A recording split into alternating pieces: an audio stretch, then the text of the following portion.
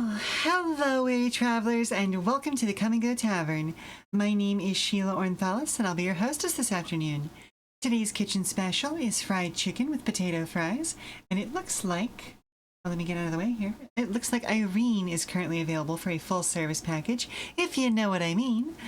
Hello, Weather. Hello, hello, hello. How are you? But if you see anyone else on the menu or anything else on the menu that you're interested in, just let me know, and we'll see what we can do. Oh, thank you very much for the coin toss, Osiris. I appreciate that. I really need to do some rearranging in here. Dying of heat, and also was at an American car show. Ooh, fun, fun, fun.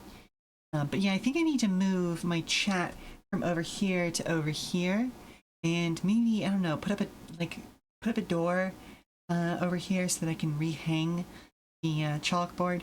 I don't know, something to think about for later. Just because I always tend to look this direction because that's where my screen's chat is at. But you know, it is what it is, right? But anywho, let's see. Oh, right, where was I? So today is part 4 of my Shadowrun Hong Kong playthrough. Last time we investigated what was happening in Whampoa, and we brought the issue to a close. We did do that. Oh, hello. There we go. But we didn't do so quite so cleanly, shall we say. It got a little bit messy, as it were. Surely these next couple of missions that we have lined up won't go similarly tits up, will they? I mean, well, they probably will, but we'll find out how in unique and individual ways, won't we? As usual, I will do my best to maintain voice work for this, but it is definitely a workout due to how large the cast is.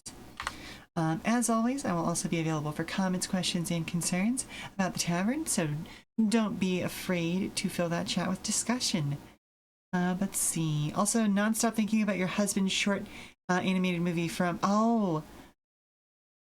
I have not gotten to watch any of the animated stuff that has been posted on Dropout yet. I keep meaning to, and I just have not yet done it.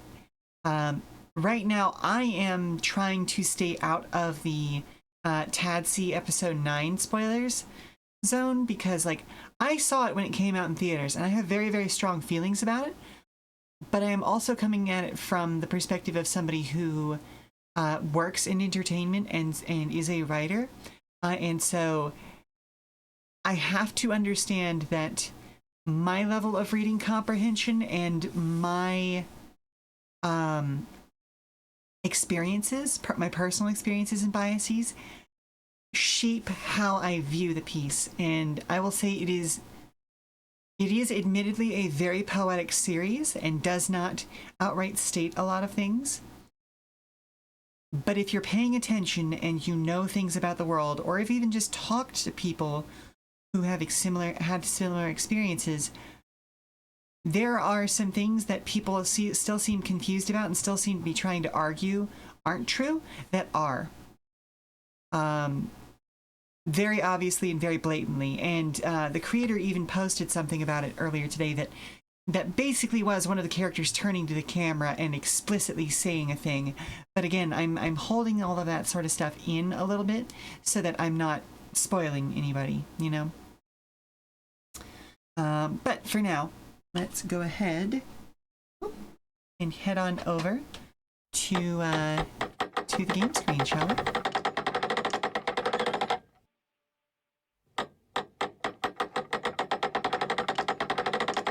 Alrighty. The MTR rockets noiselessly toward Hawaii along the edge of the Kowloon Bay. The black water glitters in the night with the light of 1,000 reflected storefronts. Ooh, you're striking it. Nice, nice, nice, nice, nice.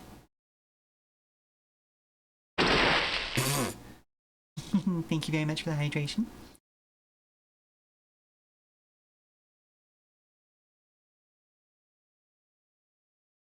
Good water, good water.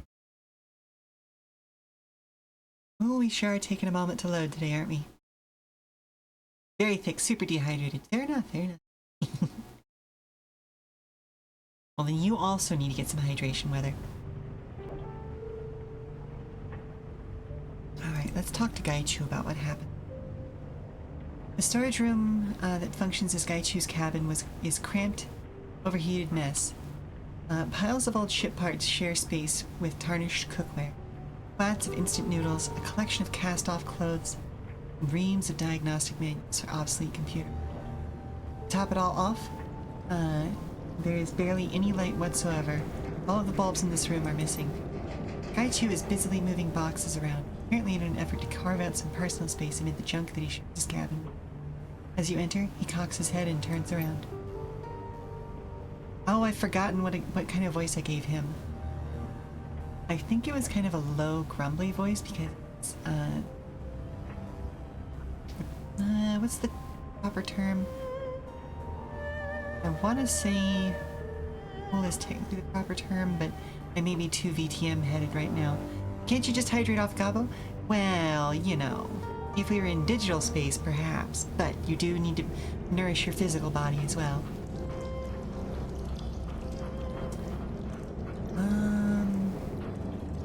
Okay, where are we gonna put this guy's? Because again, I have forgotten entirely where I did it. I think his voice was somewhere around here. Maybe. Welcome to my sanctuary. I apologize for the lack of light, but I did not know how it took the bulbs for use elsewhere. Gaichu puts down the box that he's in the process of moving and lightly bows his head toward. How can I be of assistance? I just wanted to see how you were settling in. Gaichu rolls his shoulders in a diffident shrug. I live. I am among those who can make use of my services, and who are not attempting to claim the bounty on my head. Is that not enough for now? Any thoughts about that last run? Gaichu shrugs, blinking a few times in surprise. What do you expect me to say? You have allowed me to live, invited me into your home, or boat if you prefer, and have given me a means to earn an income and use my particular set of talents. I am pleased with this. In addition, you allowed me to extract vengeance on those who wronged me. To me, that says that you understand the nature of reputation and fear. I look forward to it. Anything else I can do for you? I do need to talk about your condition. Gaichu inclines his head. Wish. You are my benefactor. As such, I yield to you. Ask then. Do my best to answer. Aside from being blind, how has it affected you? Well, aside from my heightened senses of smell and hearing, stronger, tougher, more resilient than any mundane human. I can achieve feats of physicality that are normally restricted to adepts and those with extensive enhancements. Gaichu lifts one hand, fingers crooked to show off his elongated nails. Claws, really. These as well. As sharp as any small knife. I prefer my sword, but in a grapple, they come in extremely handy. He draws one nail over the surface of his shoulder plates. A terrifying spiral of armor peels off in the nail's wake. Do you still need to sleep? Gaichu chuckles, his laughter rasping out over his lips. Unfortunately, I do. Oh, that's right, because he's got a really... No, I shouldn't do that for the safety of my own. I'll stick with what I've got right now, what I've been doing for him right now. I'm not an undead creature of legend. I managed to unlock the secret of rest without sleep. Certainly looking for it.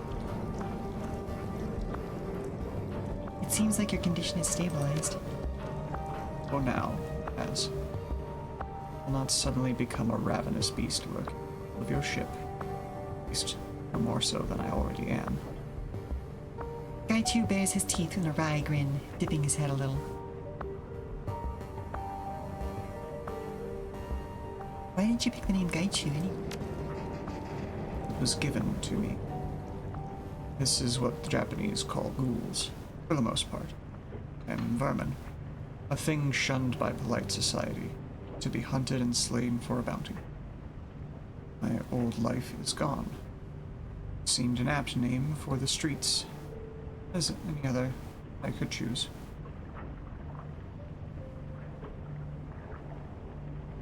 I like that attitude. It turns the tables of power. Gaichu dips his head in agreement. One does not defeat the enemy solely by strength. One must turn one's own weakness into strengths. It is an old and valuable lesson, too often forgotten.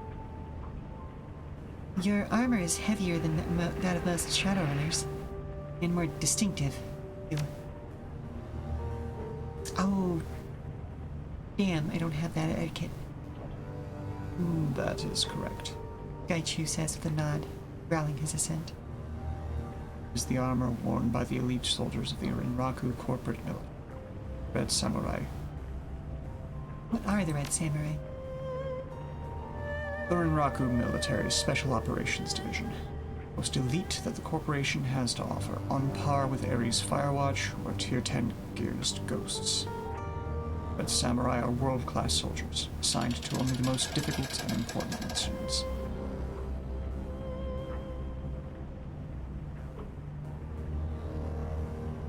Armor is a rare thing for a Shadowrunner to have, then. That is true. It is considerably less rare for a Red Samurai to have a suit of it, however. Even if he goes rogue. You are a Red Samurai? Indeed. For the entirety of my adult life, I was a member of the Rinraku military. Specifically, yes, the Red Samurai. That changed relatively recently. I feel the reasons are abundantly clear. Hence, I still possess my armor, my sword, training. Have served me well in both my previous life and in this one. How did you end up running the Shadows, then? Gaichu rasped out a coughing laugh that reverberates through the cramped room. What other employment is appropriate for a cannibal whose only previous experience is in military operations? There are not many things I know how to do. This is one of them. But why not ask Rinraku for medical help? In theory, samurai who are wounded are given the best in medical treatment, cybernetics. These are insufficient to return them to active duty. They are given a pension and retired. In practice, this is never the case. Red samurai teams do everything. Eat, sleep, train, play. We learn to think for each other, move as a single entity. When part of that team is broken, it affects everyone. Gaichu runs his claws over his scalp, sighing. The other members of the unit would be distracted, thinking about a wounded comrade, and would resent a new member for usurping the old member's place. So the wounded invariably take the same course of action. Good of the team. Ritual suicide. Seppuku.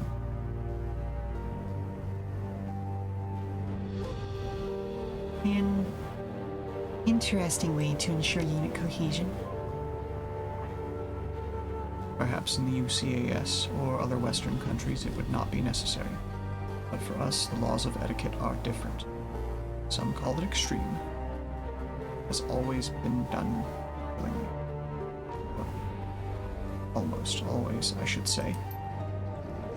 In my case, I became infected while on a sabotage mission against Shiwase in Osaka.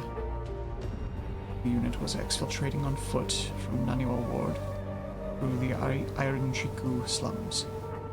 We had not anticipated a cool nest on our route. My surprise got the better of me, and I was bitten. Understand that since the passage of the Yamato Act, Japan is a pure country.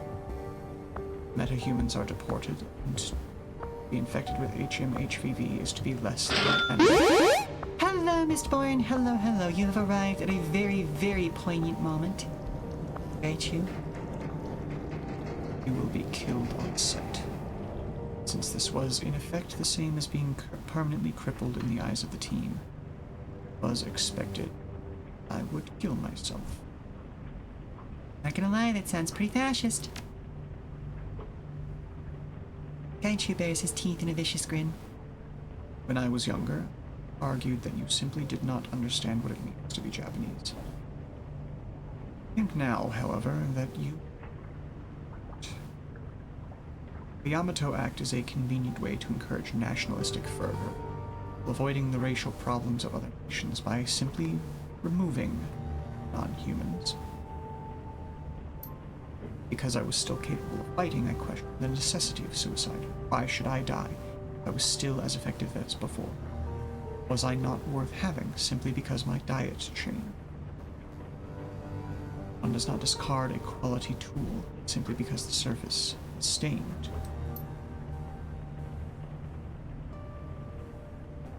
I made the decision to leave while the unit was allowing me time to prepare for my expected suicide. I took nothing but my weapons, armor, a small number of personal mementos. I knew that the unit would hunt me down and kill me. Those are considered vermin in Japan. The Red Samurai become one and refuse to die? Unconscionable.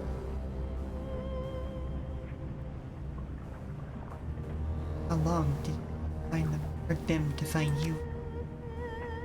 They found me 2 weeks after. I was careless as I fled south, caught up with me in Fukuoka, but I escaped, barely. It was at that point that I decided I should leave again.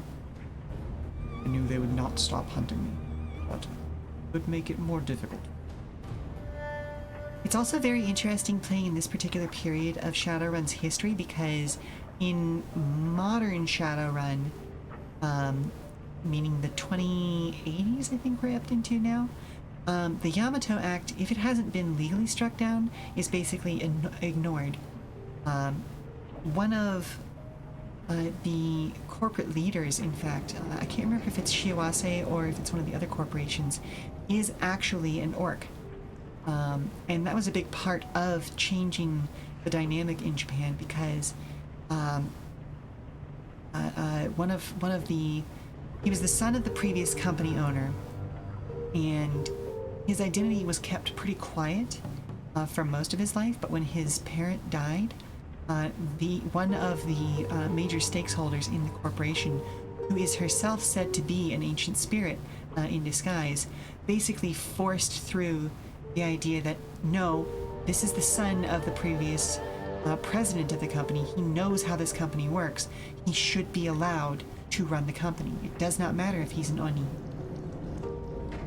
But that's a whole thing. That's getting into a whole other... Like, I love Shadowrun's constructed history. It's so fucking fascinating. How did you end up in Hong Kong?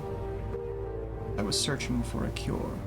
I needed a place where I could disappear into the shadows, find work, and evade capture if a cure did not materialize. The Yamato Act meant that it was even more dangerous to be in Japan than anywhere else.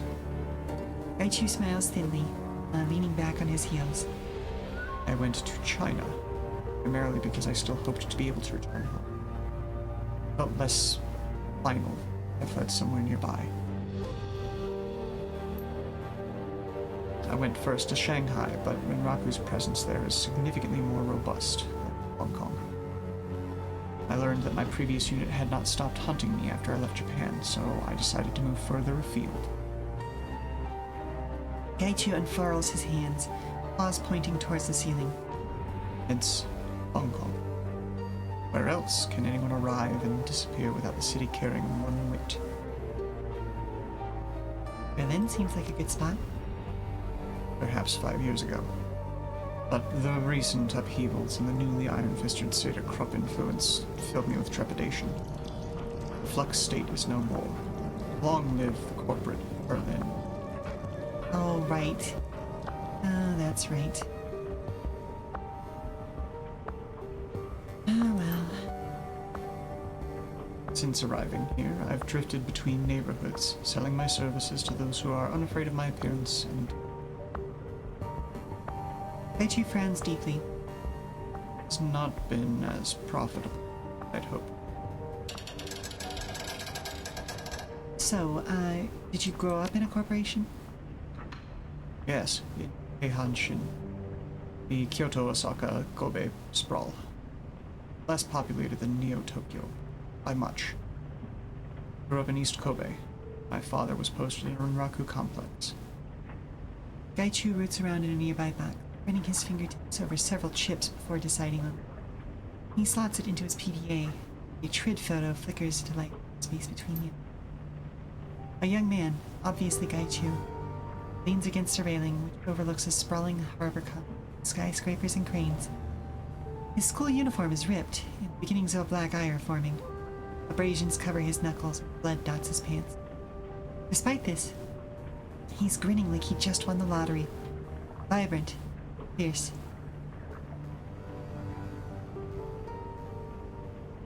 You look like you haven't changed much, if I'm being completely honest. How do you mean? I am unable to see which picture is being displayed.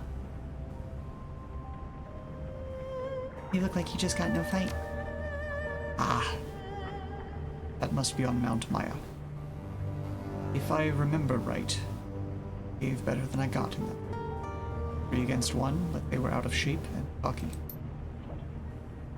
I used to cause a lot of trouble at school.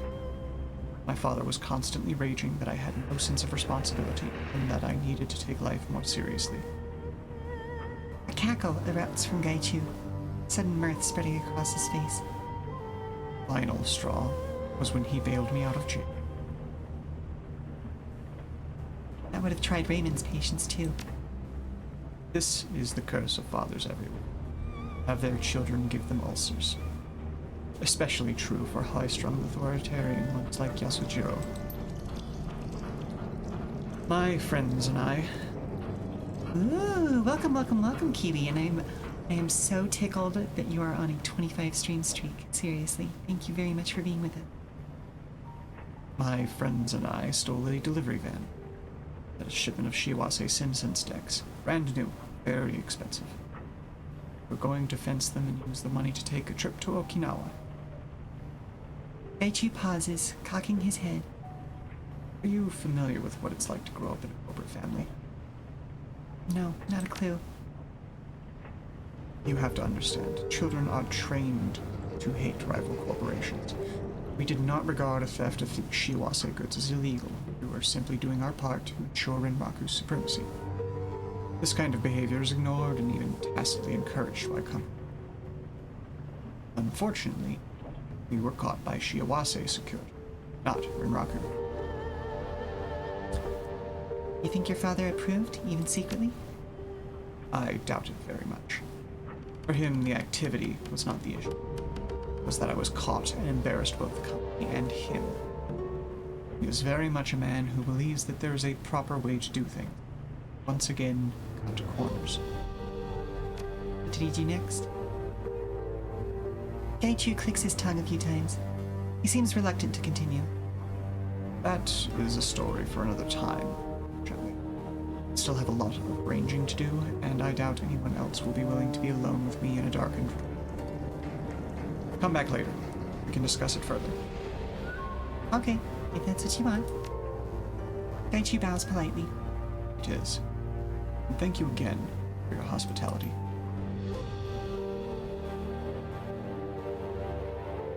Gaichu's box of personal effects is overflowing with a collection of souvenirs, mementos, and nicknames.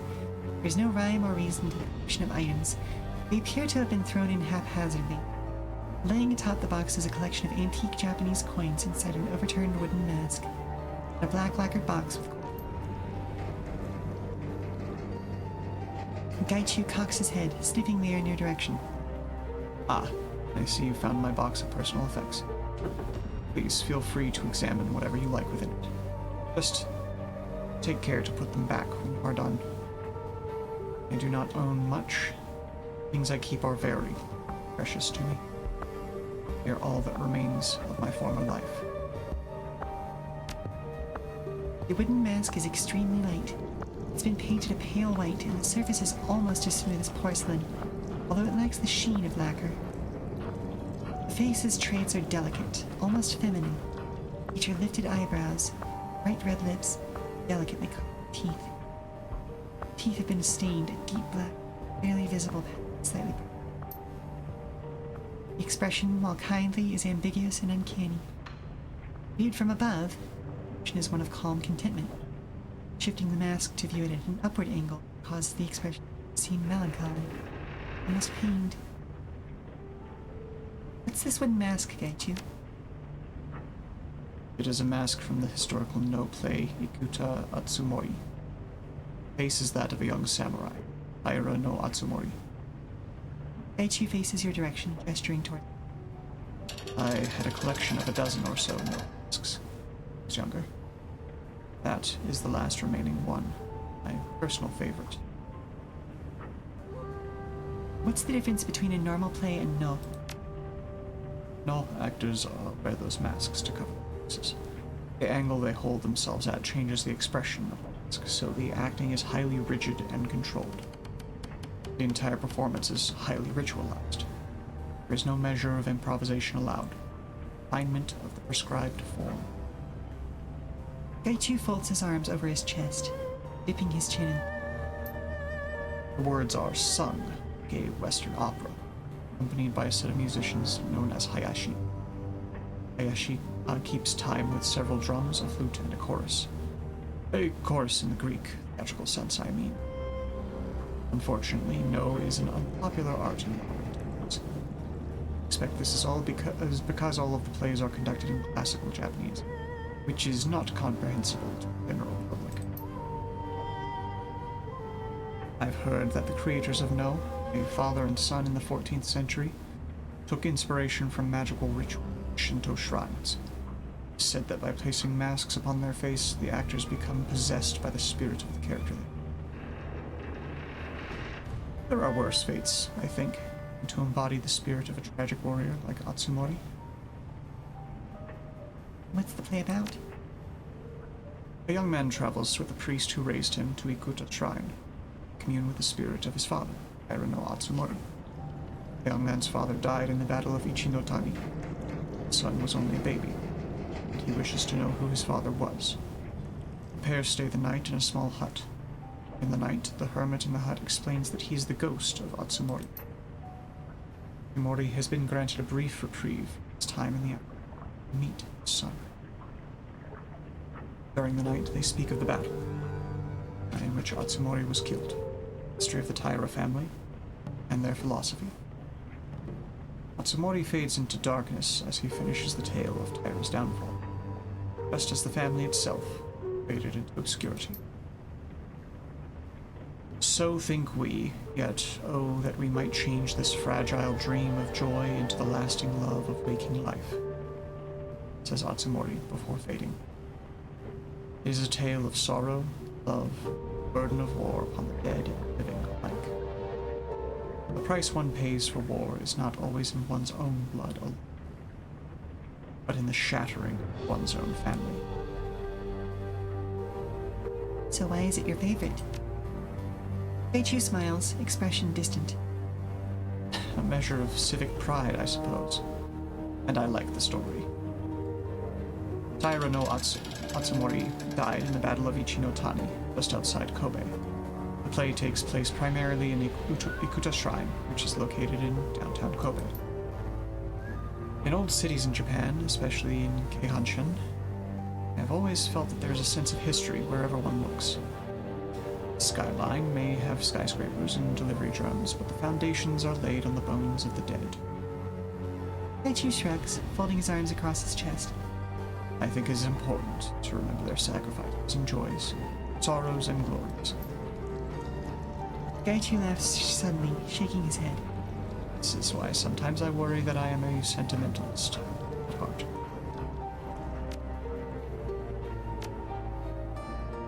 The lacquered box is a deep, glossy black cube. The edges and corners are rounded rather than sharp. The gold flake inlay as the surface glitters even in dim lighting. Sliding the top off, the interior contents are revealed. A calligraphy set, complete with inkstone and block, brushes and paper. Gaichu wrinkles his nose, his expression one of distaste. Ugh, that thing. It is a beautiful set. It's a shame that I am unable to make use of it. Surely you used to be able to. Gaichu snorts derisively, stifling laughter. No. My handwriting has always been absolutely terrible. Whatever fanciful stories you may have heard of being able to tell a swordsman's ability by his handwriting, I assure you that they are wrong. The set was a gift from a professor of Japanese literature. He appreciated my interest in the classics, the tale of the Heiki, the tale of Genji, collection of 10,000 leaves, etc. I think he wished to encourage me to cultivate non-martial interests. Gaichu smiles crookedly and shrugs. I appreciated the gesture. My attempts at fine calligraphy mostly resemble excited chickens prancing over paper, feet soaked in ink. Thank you for telling me all of that, Gaichu. It's good to have you on board.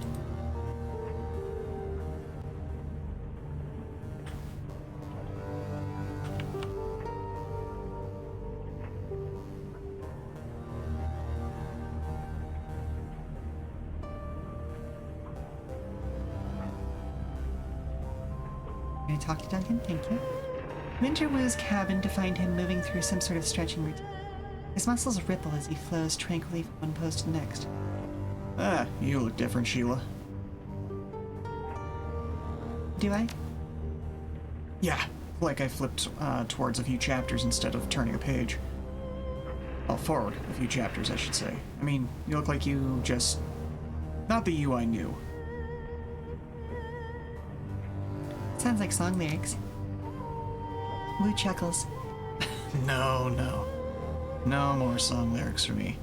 I gave up that dream a long time ago. Remember how Lockjaw used to make fun of my singing voice? He smiles. His teeth are perfect. He said I sounded like a frog with a heart on. He shrugs. I thought my voice was distinctive. I mean, I'm no Maria Mercurial, but... Oh, so, what about you? I don't think I'm nailing his voice. It's been a few sessions since I've done it. He gives you a once-over. How are you doing?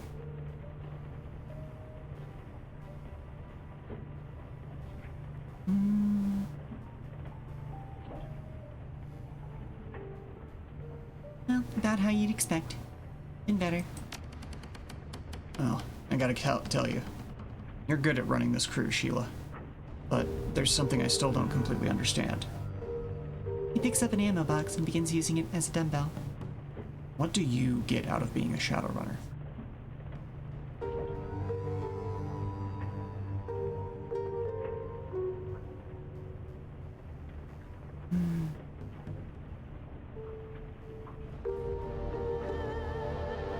I suppose the closest I would feel to it would be freedom.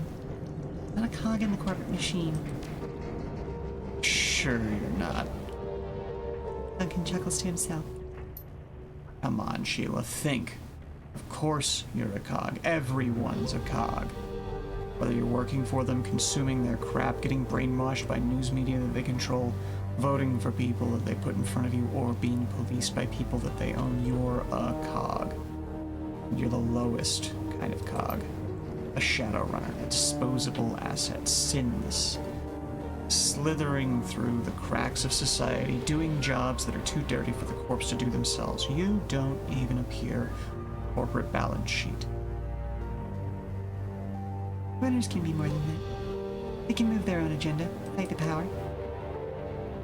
Never heard a story where a Shadowrunner did something other than kill someone, steal something, or perpetrate some other sort of shady shit.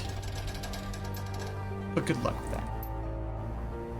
Who watches you, waiting for you to say something? You thinking about getting chromed up?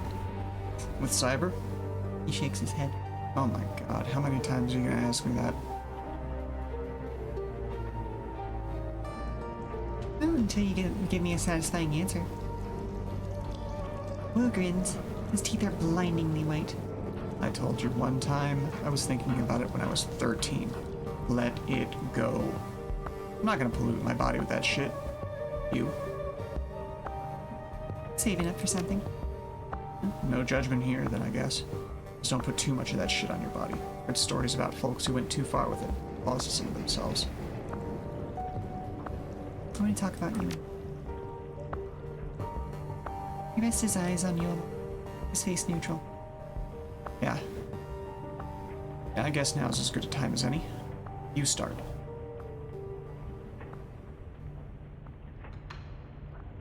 You're not acting like the Duncan Wu that I grew up with. What made you decide to become a cop? I needed structure. Bad. You know that better than anyone. I was already hardcore when we met Mr. Ultraviolence. Hello? The fire brought a gross bug inside again. Oh, did he let it loose, or does he still have a hold of it? It's in a jar, but Lynn's looking at it like it's candy. Uh-oh. Okay, give me just a moment. I'll be right with you.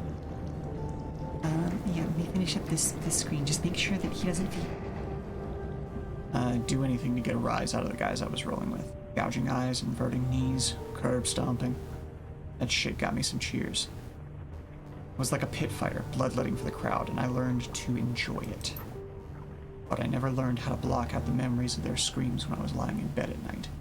The guilt started eating me alive. And then I was scared to be alone with my thoughts, so I tried to drown them out with all the things that you drown things out with. And that is where we're going to leave it for the next few minutes, folks. So stand up, stretch, refresh your refreshments, do all of those wonderful things to keep yourselves happy and healthy while you're watching streams. We'll be back after this commercial break. Alright, please tell me it's one of the normal colored ones, not like a bright red or an iridescent one this time.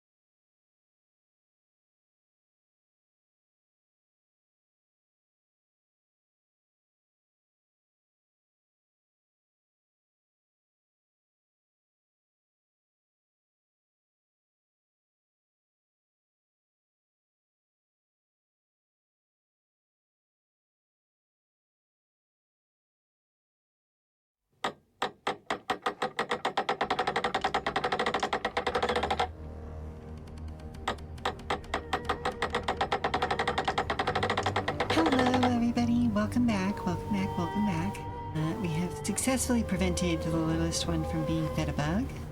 Well, let's get back to this conversation with Duncan. That is the biggest challenge about doing this game, is that jumping around the different voices so much makes it a little bit difficult to sort of restabilize and find my own. I remember that you were pretty messed up when we met.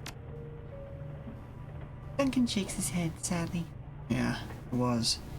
But I got a lot better when we found a squat together, and even better later when we went to live with Ray. Sorry, I'm a little tongue-tied. I was still a violent son of a bitch, but basically under control. Because of you, Adam. You were the voice of reason. Brains. Me? The brains? Don't pretend you weren't the leader. You know how it was. When we ran the streets together, I was the muscle and you called the shots. You pointed and I hit. But later, after Ray got me some counseling, I realized I let you call the shots so that I wouldn't have to. Because I knew that what I wanted was wrong. By following your lead, I was deflecting my own guilt onto you. I could just knock heads and walk away clean, you know? Don't look at me, I'm just doing what I'm told. And then you left. Without you there, I knew that I was in serious trouble. Poster boy for anger management issues. Raymond could provide a stable environment, a decent therapist, and money for prescriptions, but you know Raymond. He's an egghead engineer with a philanthropic streak, not a drill sergeant. And a drill sergeant is what I needed. I needed structure and discipline in a way that he couldn't offer me. I needed a cage to keep myself in line. So I found myself a cage made of rules and procedures and training. Lone Star. Raymond helped me with my application and provided a decent character reference. Got in and it helped me a lot. Lone Star got me where I needed to be. Now it's all gone, and you're back. Seems like Carter's death hit you pretty hard. Who continues stretching? Yeah, it was a good one. We were a real team. Joining Lone Star helped me in all sorts of important ways, no doubt about it. I really embraced being a cop, studied my ass off. No matter how hard I worked, it's never more than a model cop with a brutal streak. There were plenty of assignments that were perfect for a big, mean orc like me. Assignments that would have fed my need to hurt people. But I met Carter about a year in. She changed things. She talked about values and goals and priorities and constructing the life that you want to live. It was a real trip. Sounds like a good woman. She was a cop, a partner, a mentor, and a serious badass when she needed to be, but yeah, she was a good person too. She kept me focused. Raymond asked me to meet him in Hong Kong. I had a feeling I was going to wind up going off the reservation if I didn't bring Carter along. And now she's gone, and here I am.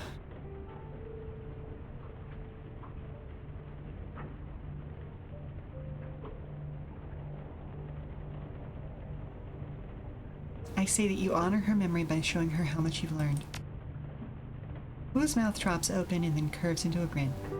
He shakes his head, still smiling. I'm sorry, did Sheela Ornthalis just give me sage advice? Sounds like you did some growing above your own. You've been waiting a long time to ask me about the night I left, haven't you? Wu chuckles and hooks his thumbs under his belt. I guess I have, yeah. About what you were doing before you got thrown into that corp facility. You said you had a job that was too good to pass up. How'd it go? It was good until it wasn't. Not something I want to go into. Whatever you say, Sheela. You ever think about when we were kids? Duncan begins moving through some sort of pattern. Might be Tai Chi. I try not to. What are you talking about exactly?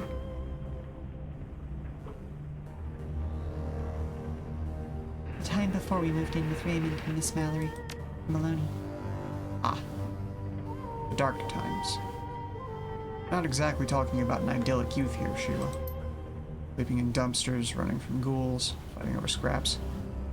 Blue stops moving, drifts off for a moment. And defending your territory.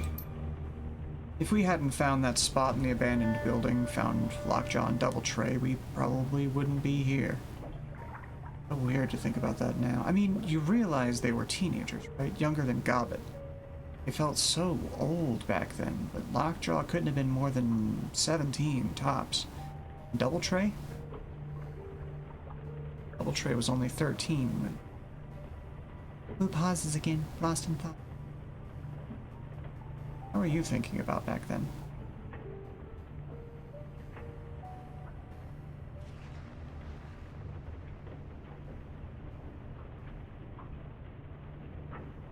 Just thinking about that thing DT used to say. Blue returns to his patterns. He manipulates an imaginary soap bubble between. Improvise, adapt, overcome. That's how you beat the street. I remember. Remember Doubletray saying that? While we were living in between the red hot nukes and the 162s. Crazy ass dwarf anarchists on one side and flesh eating ghouls on the other. Those are the days that you long for? Long for? No. It's just thinking that it's the same now as it was back then. His raspy baritone fills the space between you, bridges it. Survive and watch each other's backs. I know. What did you think about that last run? Don't ask me. Didn't take me on it. Anyway, need anything else? No. We'll talk later. Yeah, later would be good. Don't get me wrong, catching up is nice, but I'm not used to being as social as this. It's one of the reasons why it was nice to work under Carter. We both appreciated long silences. Silences, even. Sorry, man. You seemed like good people. It's all good. He's gone, and I've accepted that. Guess it's just been a big day, is all. Anyway, good talk. I'll catch up with you later.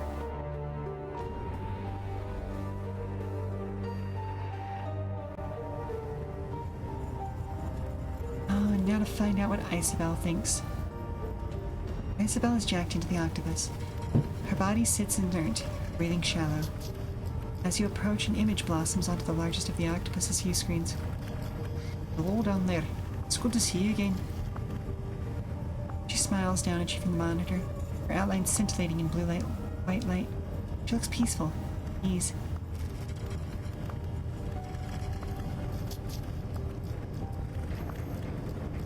You really feel at home in the Matrix, don't you? You look happy in there. I suppose that I am. It's a comfort thing. As long as I'm jacked in, I can be whoever I want to be. Whatever I want to be. Up there in meat space, I don't usually feel comfortable in my own skin. The avatar offers you a lopsided smile. I'd probably just live in here if I could.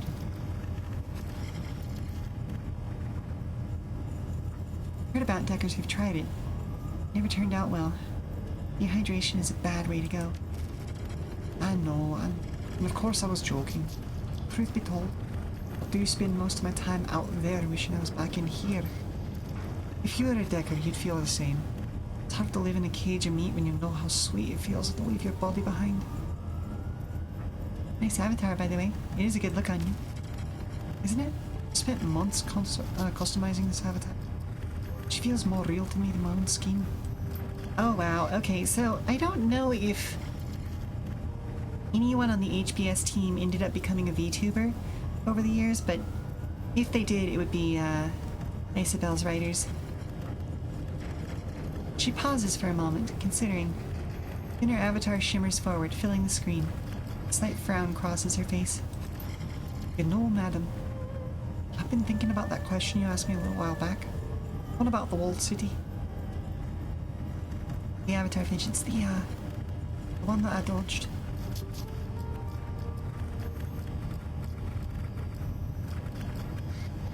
You don't have to make a big thing out of it, Isabel. It's fine.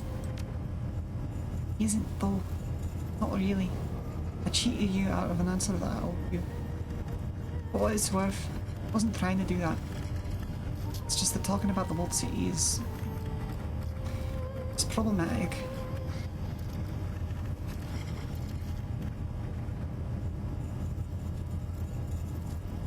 I understand. Grew up in the Barrens. I know how hard it can be. Stuff. No, it isn't that. I'm not explaining myself correctly. It isn't that I'm tortured by bad memories or anything like that. The problem is that I can't remember much. The Walled Sea, entire chapter of my life, it's nothing but a blur to me. I can give you general information about life on the inside, but the specifics of my own experience are just gone. Gone? What do you mean gone? You have amnesia or something? Something like that. The avatar fidgets on the screen. There were a variety of factors in play. The upshot of all of this is that there are things that I can tell. Only a few and only bold strokes. Don't expect any personal stories. I couldn't share them even if I wanted to. So if that's okay with you, you'll be satisfied with trivia and urban legends. We can talk. Just say the word. Otherwise, well, now you know why. How did you lose your childhood memories? The Isabel avatar frowns. I'd rather not go into it. It's personal. Suffice it to say that I've never missed them. Until now. Alright, well, if you ever do want to talk about it, I'm a good listener. She looks away. Great. Keep that in mind. Give me what you can about the Walled City then. At this point, anything would help. Right? The avatar licks its lips. Nods. You can do that. Isabel's avatar turns, begins to pace on the screen. Where she steps, spiderwebs of light spread across the tiled ground of the octopus's sculpted meat. When I think about the Walled City, the thing that stands out the most to me in mind is the legends, the mythology of things. If I hadn't lived there, I might have found those stories fascinating. A scintillating figure turns to you on the screen. Did you know that Kowloon Walled City is supposed to be cursed? That's what the locals believe. We had ghost stories and everything.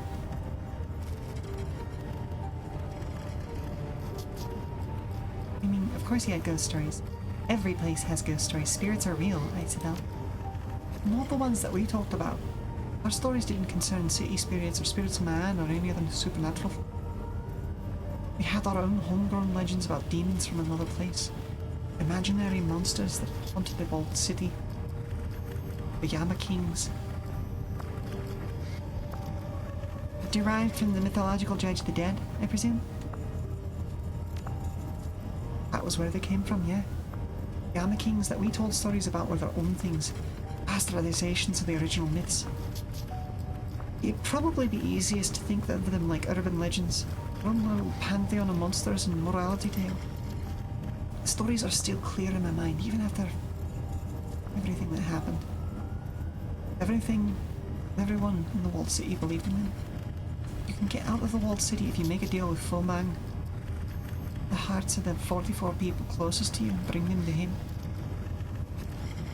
He will reward you with riches. Don't go under that arch or Janya will catch you. The avatar grabs at the air, its hands leaving glowing trails as they move. She'll rip out your teeth, tie your tongue in a knot, and make you her slave for eternity. We had Chi Xiang, our own homegrown Jur souls. People would let themselves be flayed alive in hopes that he'd reawaken them in a better life. We had Lam V, the Ebony Queen. Teach you to hide so well that you'd slowly mutate into... The avatar cocks its head, smirking. A dismissive gesture. It's all bullshit, of course. But everyone in the Walled City believed it.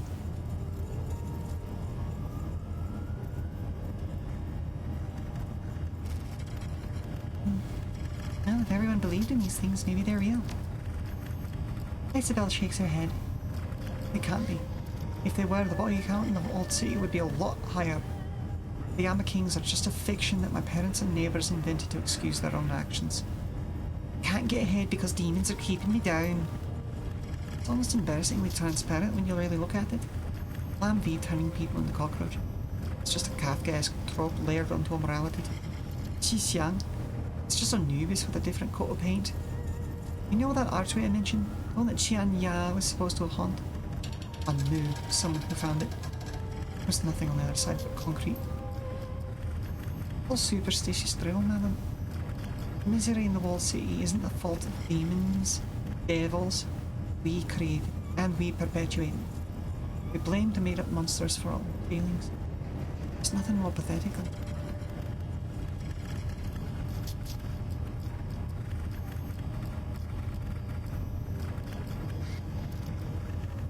It sounds less like you're trying to convince me than it does like you're trying to convince yourself. I don't need to convince myself. I'm telling you this for your mind.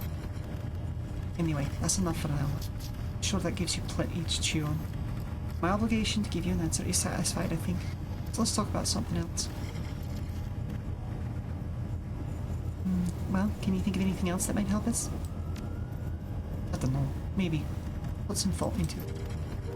The avatar pauses, turns away. After a moment, Isabel's voice pours through the trio speakers. On second thought, maybe I do have an idea. You open to taking on more work? Of course, kindly sending me new job offers all the time. This wouldn't be for Auntie Chang.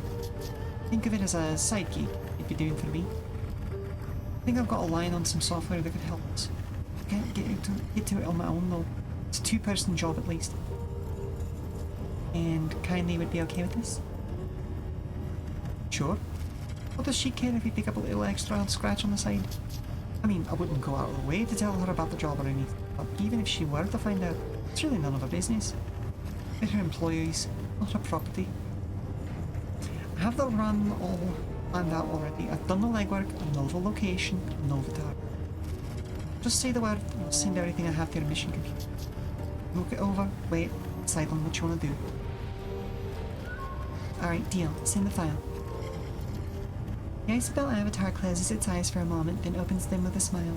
Done. You'll find the pertinent documents waiting in your inbox. If you decide to accept the mission, just check the box in the message documentation and it'll ping my comely god magically. Alright, can't wait to find out what this is all about.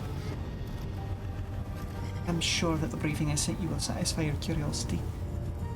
Trust me, madam. This is a good job, a solid plan behind it. See as soon as you've read it. Speaking of which, you should go do that now. Say no more. I'll go check it out. The avatar beams at you. Fantastic. Can't wait to hear what you think. But before we go, we are going to check in with Beth's girl, Gobbit. Gobbit looks up at you from the dented tin of oysters at the sound of your rats, madness, and folly, scurry from her hips to up to her shoulders. Two sets of beady red eyes fix themselves on you. Hey, Seattle. Oh, good. Thank goodness. Okay, I just saw an enormous message arrive, and I was like, oh shit, did the scammers and spammers come back? There's a huge Final Fantasy sale on Steam right now. Looks like at least 60% off everything. You thought, ooh, I'll go check in. I'll go ahead and pick up the entire franchise, but now you're seeing comments on the original 7 saying it's a terrible port. It's also only $4.79 right now. So the port that's currently on Steam of the original is the Switch port, I want to say, functionally, which does add some cool stuff to it, but a lot of people prefer essentially playing the original with mods via emulation. I have no horse in this race, honestly. If you want to pick it up, I say pick it up. It's a nice way to officially own it. If you want to play it with, like, I don't know, the more original experience, emulation is your way to go. But that's also easier to defend if you officially own it. So, you know, your mileage may vary.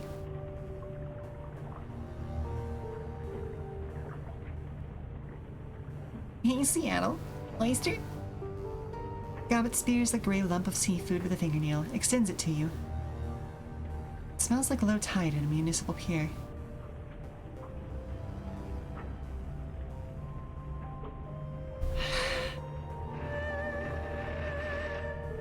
Fuck it, why not? Sure, why not? You pop the rubbery wad of flesh into your mouth and chew. Explosion of lukewarm brine is your reward. Good, right? Half-repressed memories of dumpster diving in the Barrens dance a merry jig in your brain as the mangled oyster slides down your throat. I've eaten worse. Exactly, right? It may not be fine dining, but it's seafood and it isn't made of soy. That makes it good in my book. She tilts back the tin, drains the remaining juice, and then flicks it into the overflowing bin at her side. So, what can I do for you?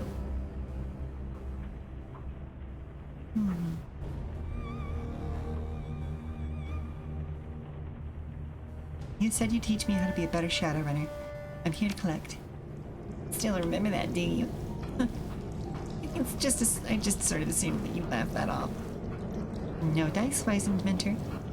You offered, now pay up. She straightens. Okay, how about this? I'll tell you a story about a run gone bad. You tell me what you'd have done in the runner's place, and then we'll compare notes on your answer. How does that sound? Works for me, I guess. Gobbet sweeps a tangled rope of hair out of her eyes and back over one point a year. After a moment of silent contemplation, she bites her lip and nods. Okay, so this is a story from early in my career. I was part of a team here in HK, but I did some occasional moonlighting for another group based out of Macau. I was a busy kid. Go on.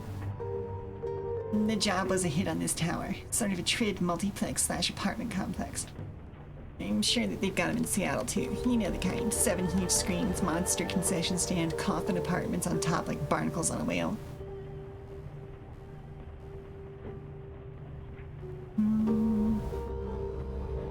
I lived in one for a while. Every time they showed an action movie, the walls would shake. He nods. Yeah, that'll happen. Our client wanted us to break into one of the apartments. The story was that an ex of hers, a guy named Boggs, lived there. She'd been cooped up with him until about a week prior. Things went sour in a big way. She wanted us to get back some things that Boggs kept from when he kicked her out.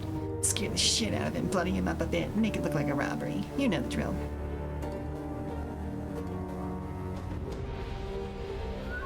Yeah, standard smash and grab then. Yeah, it was a pretty bush league gig, but the pay was decent enough. Not the sort of thing you'd turn down. So anyway, Sibilance, that was the leader of our group, had a plan. We knew that we had to go in quiet because the Metroplex had a panic system wired directly to the HKPF. If we'd gone in shooting, we'd be drowning in cops within 10 minutes. Sib thought that we could maybe take advantage of the apartment's terrible soundproofing and kick in Boggs' door when the movie got loud. Camp out near his doorway, wait for the ceiling to start raining plaster, then smash our way in with his new neighbors, or with his neighbors none the wiser. This sounds kind of familiar. Yeah, it was pretty close to what John Wilkes Booth did when he assassinated Lincoln. Catch. Sid was an amateur historian. He used to bore the rest of us to tears, but I guess that it could be occasionally come in handy. So we waited in the hall, just like Sibilance planned. We had a guy on the elevator, another at the stairs. I was waiting by the floor's communal kitchen. Sib took up a position by the door. We had these cyberlegs that she dumped a ton of Nuyen into. Hydraulic jacks, strength enhancements, the works. We could probably leg press a dump truck. Cobbett pauses for a moment. Come to think of it, most of her plans involved kicking things. There's something a little sad about that. Hey, if that was her thing, I wouldn't question. Yeah, you're very supportive. Me, I think I'd have preferred to work for someone who thought with her head instead of her robot legs. Anyway, we heard a boom from downstairs, felt the walls shake with the reverb. Sid wheeled back and gave the door a massive kick just as she'd planned. I was standing, I couldn't really see what happened next. Could hear a massive crack as her boot slammed into Duraplast. The door flew off its hinges, exploded off. A more accurate phrase. A second later, we heard an ungodly crash. A moment of silence, and then Sib let out a little gasp. The apartment was in shambles. It looked like a hurricane had hit it. Everything was trashed, everything but the door, which was miraculously still in one piece. Remember that this was a coffin up. It wasn't much wider than the door was to begin with. And Boggs, well, what was left of him was under the door, too. That didn't turn out well. Yeah, it wasn't good. Boggs was dead, and the stuff that we'd been sent there to recover had been smashed to bits. Then the building alarm went off. So that's the situation. Our payday's smashed, my temporary teammates are all standing around, stupid looks on their faces. Cops are coming, I'm standing by the kitchen. She plants her hands on her hips, smiling. What would you have done in my place? Let's see.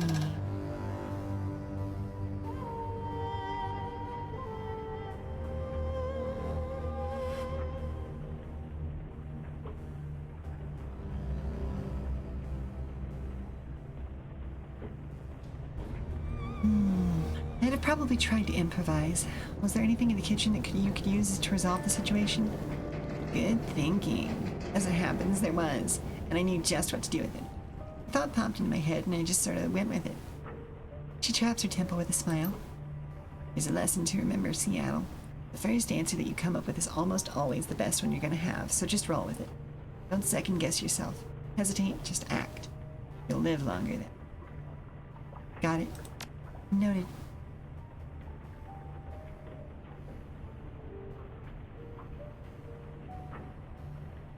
Now, when I think crowded theater, I think place where you can't shout fire because it'll cause a panic.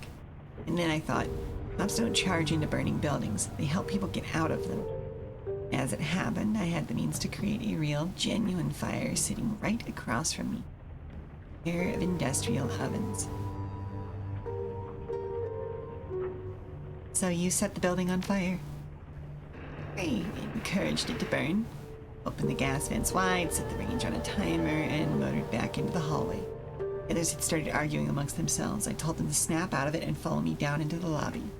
We had to clear the hallway before the errant spark took the whole floor out.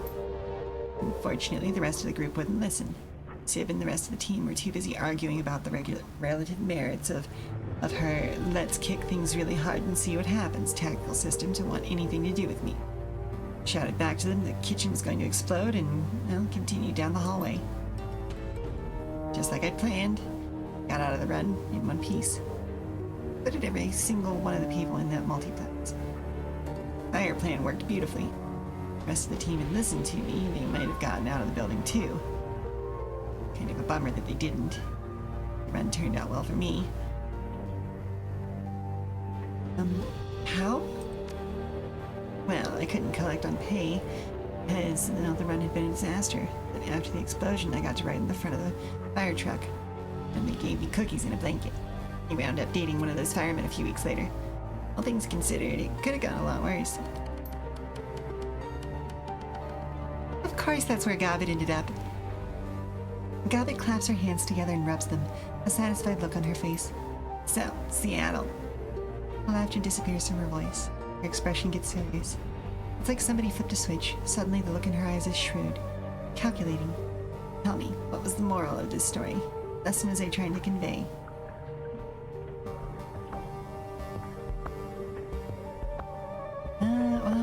Go with your gut was the immediate lesson. She nods sagely. That's right. Trust your instincts and don't be afraid to wing it.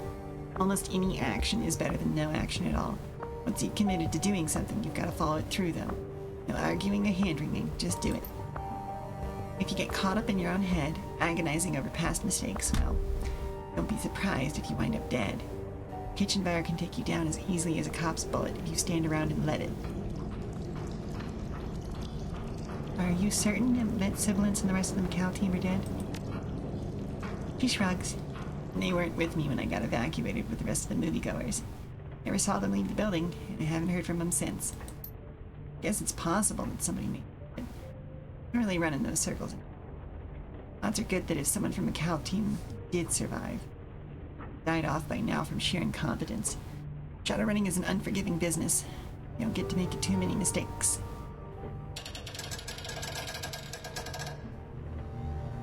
Did any of the stuff in that story actually happen, or did you just make it up for my benefit?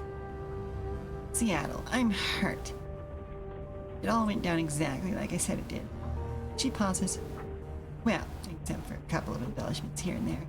But they make it a better story, artistic license and all that. Gobbet leans back and stifles a yawn. Madness and folly dart up her arm, up her left shoulder, and lock their beady eyes on you. I hate to break it to you, kiddo, but I'm beat. It's been a long day. Lesson's over for now. We'll pick up next time. Alright, Gobbet. I'll catch you next time. Yeah, sounds good. I'll have your next lesson ready and waiting too. She makes a brushing motion with her foot. Scurry along now. Your mentor needs her rest. Fair enough, Gobbet.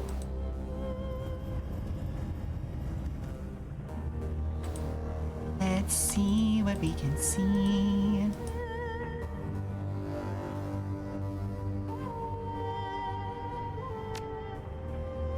Job from Isabel. A recording of Isabel pops onto the screen. She stares into the camera, eyes full of intensity. After watching this, you've decided to listen to my job offer. It's a good thing. I wasn't convinced that you would. Target is a local decker, former Whampoa. In the Matrix, his handle is Rhombus. He has the software that we need. Unfortunately, he's unassailable for us, and nobody knows where he lives in meat space, but I know where it's going to be. There's an event coming up that Rhombus can't afford. I'm drifting a little bit on my accent here. Might even be on his way there. Already. As you're reading this message, deckers from all over Asia, white hat and black hat alike, converging Harbour Spires Hotel. This year, Harbour Spires is hosting DeckCon, Hong Kong's largest annual decking convention. Rhombus is going to be there. That gives us an opportunity. We're going to hit the convention, find him in meat space, and get the software away from him. We're going to do it quietly. Enclosed, you'll find a copy of that plan that I've worked out on for presented in bullet point format. Everything should be fairly straightforward. Isabel's image winks off the screen, replaced by a blinking cursor. As you watch, the screen begins to fill with lines of simple instructions. I'll provide you one other runner choice with visitor passes for the convention. I will proceed ahead of you with my own guest badge.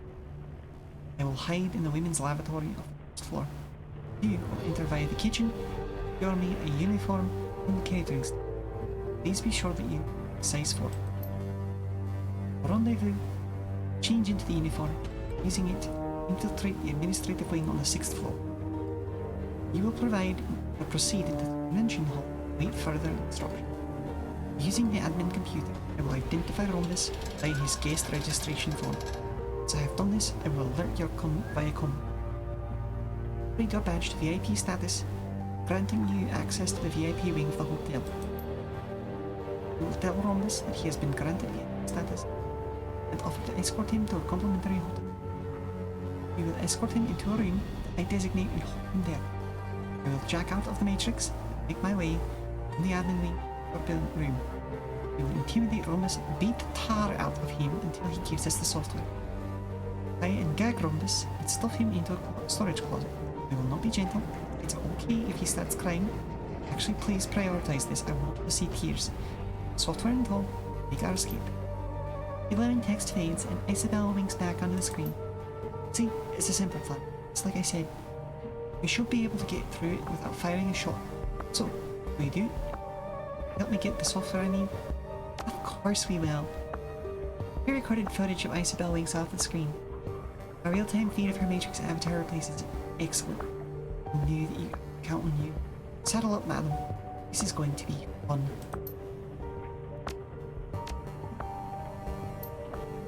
Double-click there.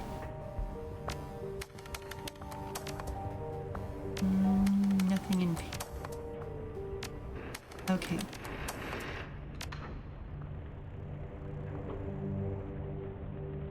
Alright, so we've got a few jobs that we can take on. This is going to be fun. We got one karma that we can spend right now.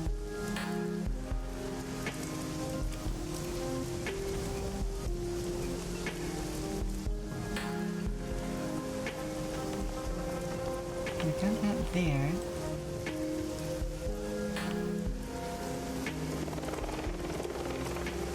Oh, it wants us to go talk to Kindly. What does it want us to go talk to Kindly? Meet Kindly Chung's friend. Oh, there's an optional get some rest. I'll go ahead and do that.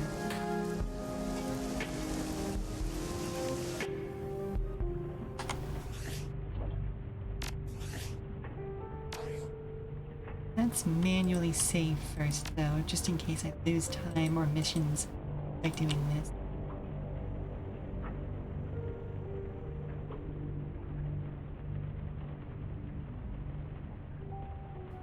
You wake with a start, limbs bound up in a sweaty tangle of rain bed sheets. An incredible sorrow swells in your chest. You feel empty, half-starved and alone. Fragmentary memories of a half-remembered dream flit through your mind. They're already fading away to nothing.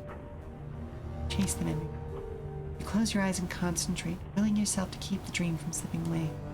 Gradually, the memory comes back to you. Walled City. You were back in the Walled City. You don't remember how you got there. Couldn't have been anywhere else. Even the barrens weren't so squalid. You remember craning your neck to look above you. Buildings that made up this part of the walled city were new construction, even cheaper than the old. Now their foundations had rotted out from under them, and the buildings leaned into one another like a gang of drunken men. A rain of plaster and asbestos sprinkled down, dusting your shoulders. You began to creep forward, picking your way past the piles of refuse and debris, past the pimps and the dumpster fires, the broken glass and the dirty meat. The air reeked of rot and sewage, industrial waste. Disgusting melange that caught in your sinus crawled out your throat. You gagged on the stink, but it didn't slow you down. In the back of your mind, you knew the reason to this. There's nothing for you in the city. You shouldn't have been here. The rest of you was hungry, unbearably, indescribably hungry. That part of you knew that if you kept moving, you'd finally get. As you forced your way deeper into the walled city, locals stood and stared. Inexplicably, some of them dropped to their knees, kept moving. You could see something in the distance, a silhouette, something enormous, at least twice the size of a troll, but delicate. It's beautiful. The huge figure beckoned you, gesturing with a slender limb. An explosion of warmth filled your chest, and you knew that if you could reach it, your problems would. It, she, make all of your sorrows disappear. You moved forward at a crawl, but the figure felt impossibly far. You reached out, called to her, and up. The empty feeling in your stomach slowly fades, taking the strength and vibrance of the memories along with it.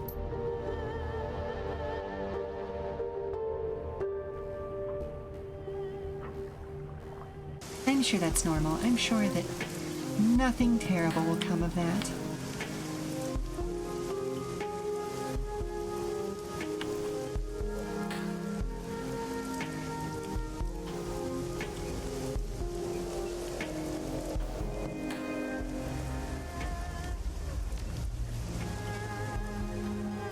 Alright, well let's move from the top to the bottom, I suppose.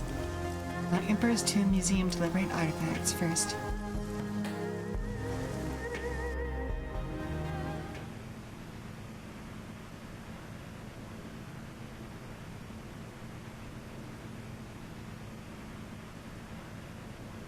Be a safe escalator user.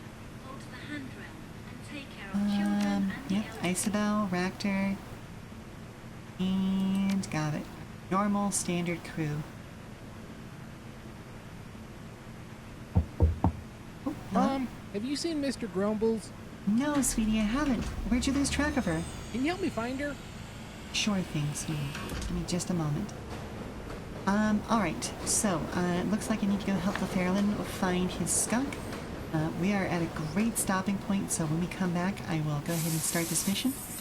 So everyone stand up, stretch, refresh your refreshments, and we'll be back in 5 minutes, alright? Okay, so let's see, I don't think today is a laundry day, so it's probably not in the utility room. I couldn't hurt to check.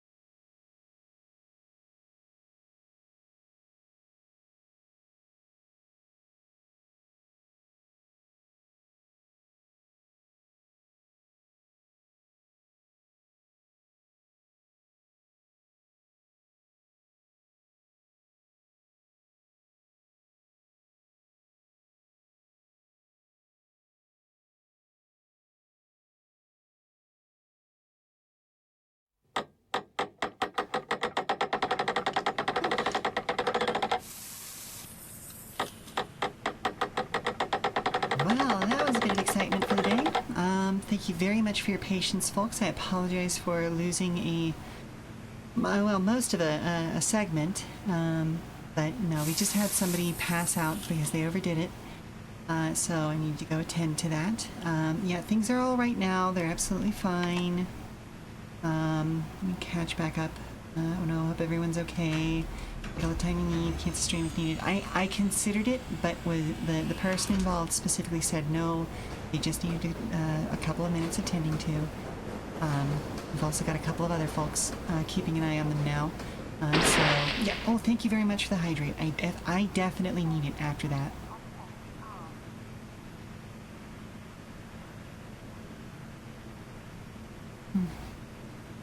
I suppose you could probably hear it in my voice, couldn't you? But anywho, alright, we are glad to be back. So let's see what this mission has for us. Yes, confirm.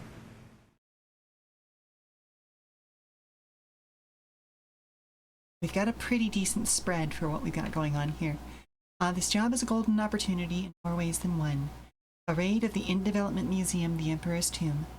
The museum's claim to fame is its location. It rests atop an ancient catacomb, where an excavation is underway to convert them into the museum proper. Intel has it that the workers are dying, not from on-site accidents, but from magical disturbances in the area. Despite the hazards, the development continues.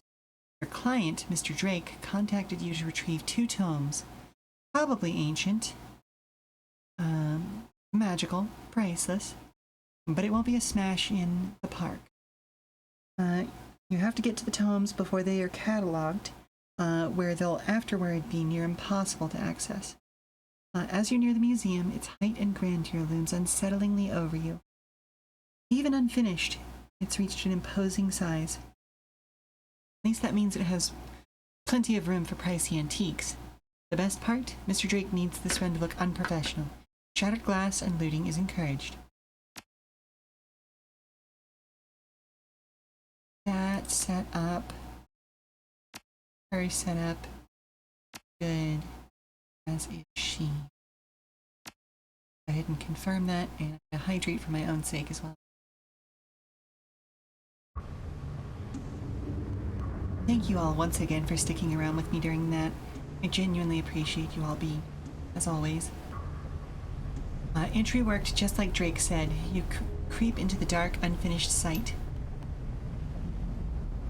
Your comrade comlink clicks in your ear, connecting a call.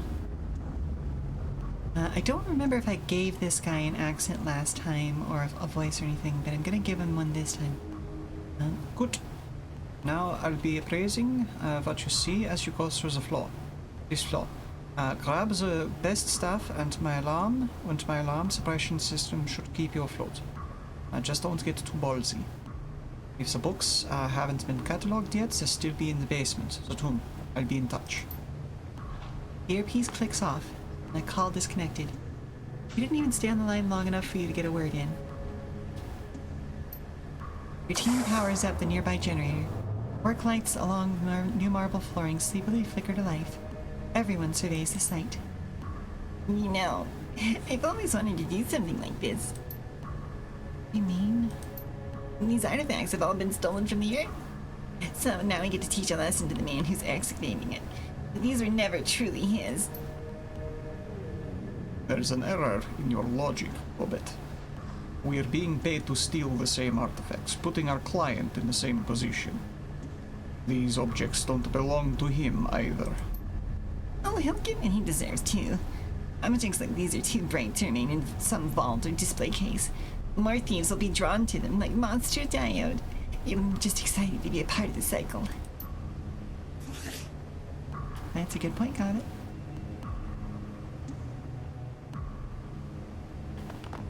Alright, so we're going to be trying to steal 10,000 new yen worth of artifact and manage it.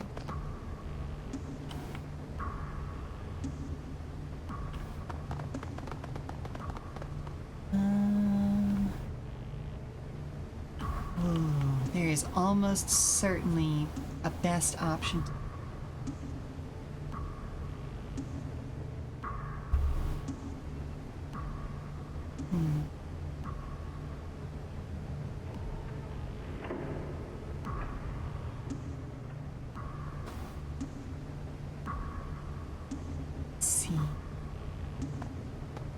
okay, they do label their value. Okay, so that's out of the question. Easiest our jawbone.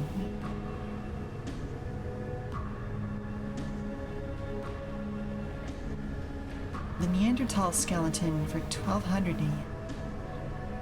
It's very tempting, but I'm not sure.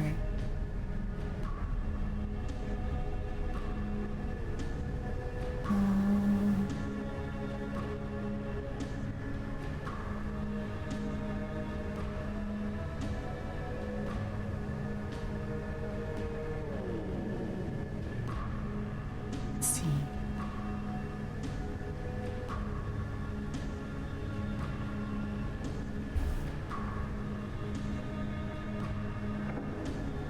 There.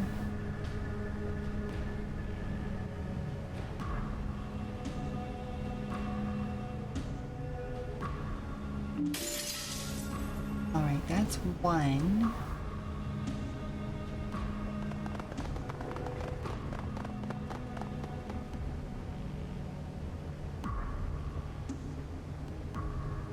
Plesiosaur jawbone is another good one. High value.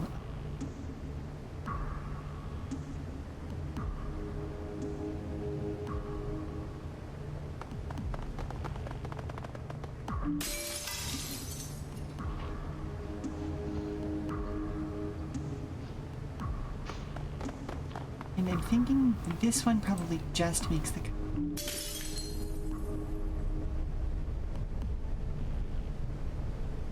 No, that's a $12 replica.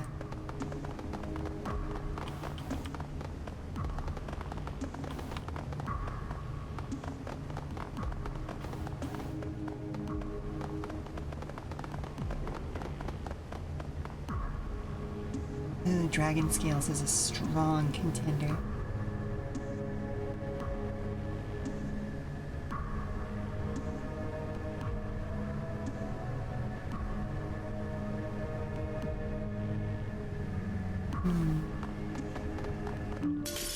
Mammothite Head is another strong one.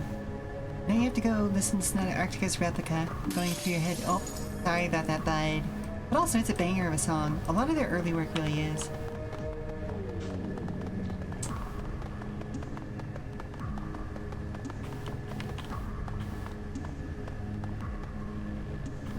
Let's see.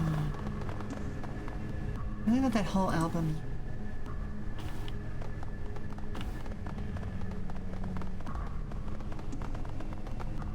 I'm trying to continue with that just yet.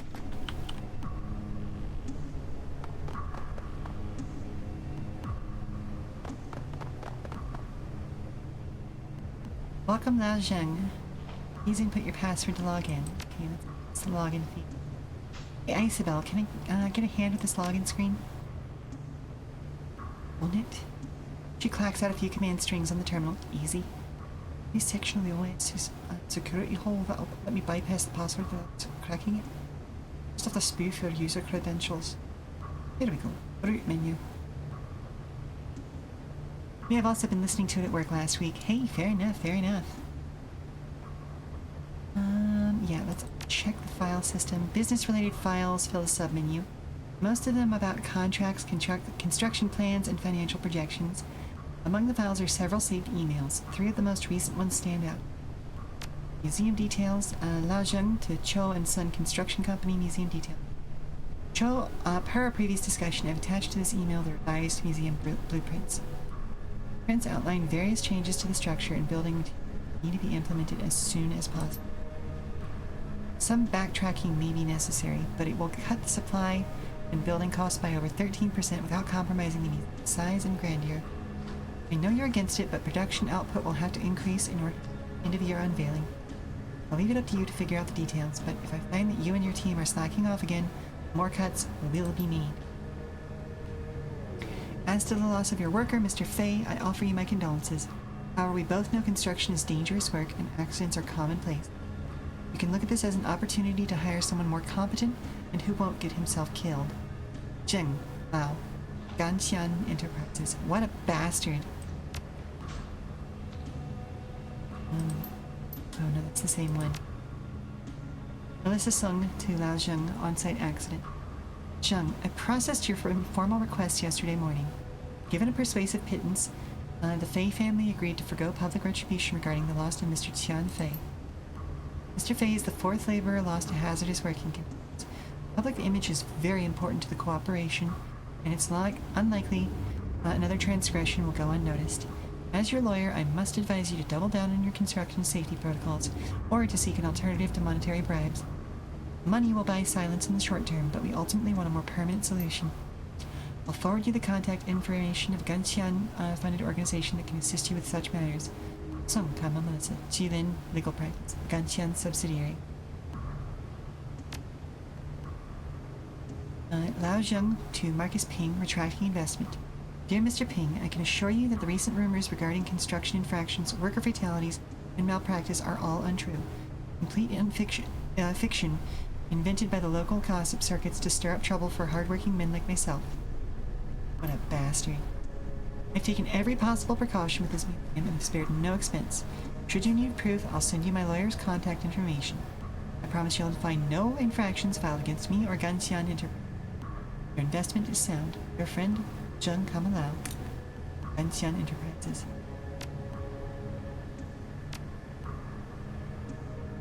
This room is rigged to respond to computer-generated commands. The options are ambiance, candlelight, ambiance, business casual, and ambiance Lao Zheng.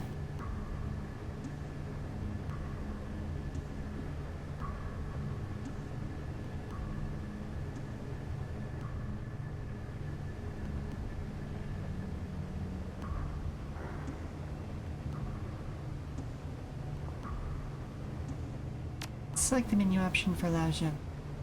Isabel, why is this menu still locked? Isabel saunters up to the terminal. This area uses a different password for hashing system. The spoof I was able to make you earlier won't get us through here. Any good guesses?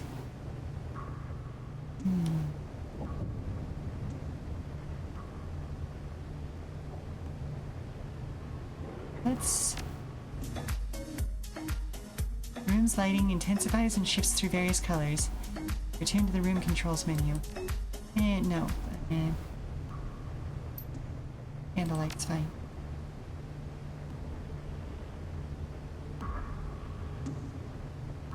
Painting with a plaque beneath it reads Lady of Shalott, 1888.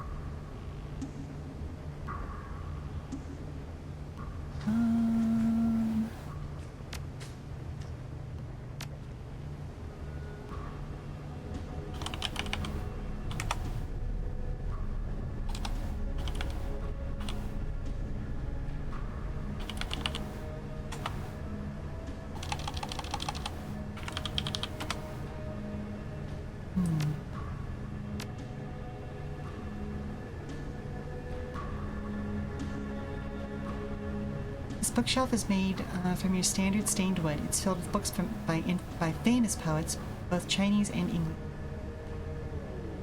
Books. And several books aren't organized properly. They don't appear to be poetry. Removing the books and thumbing through them reveals nothing else unusual. I don't have strength 5 on any.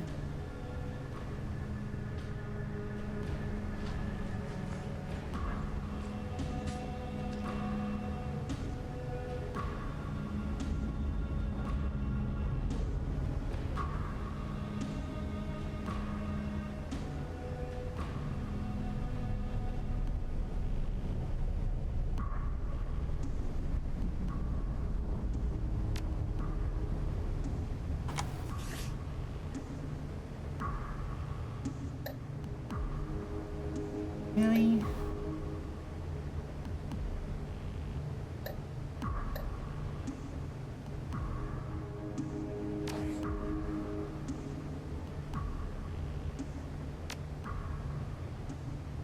Famous poets, huh? Machine.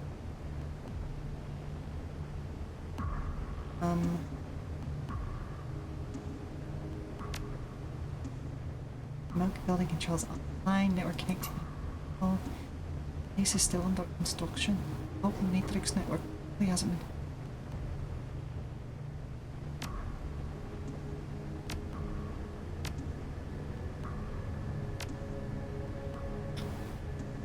Okay, so let's think about what are some famous English and Chinese poets.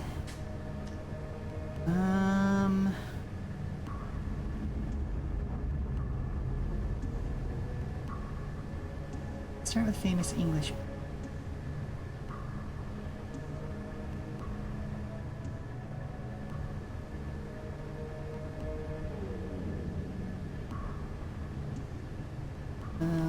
Milton. No. Shakespeare. Is you? Oh, Hemingway. Nope. Frost. No, not Fraught. Frost.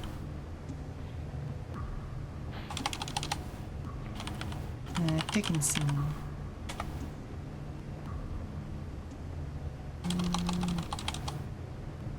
Poe. No, Poe was an American villain. Poet, wasn't he?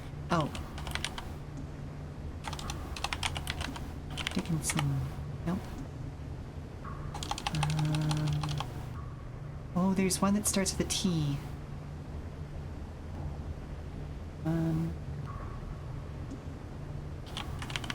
Tennyson. Nice. Hell yeah, the nearby bookshelf begins to move.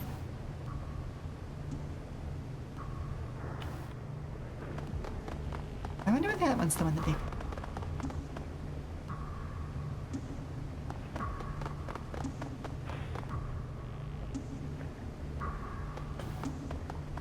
These firearms are relics as well, maybe of value to a history professor.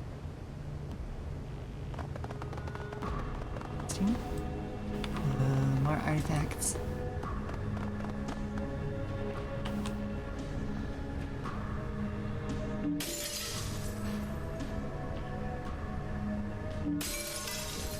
Nice.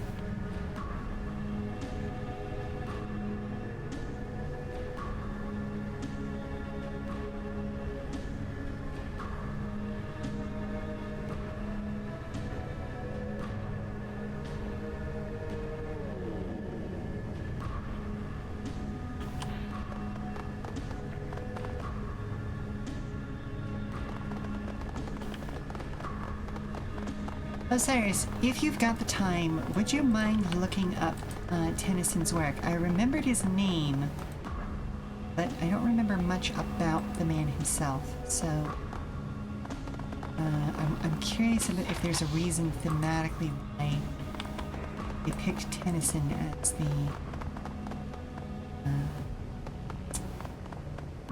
terminal's powered awful.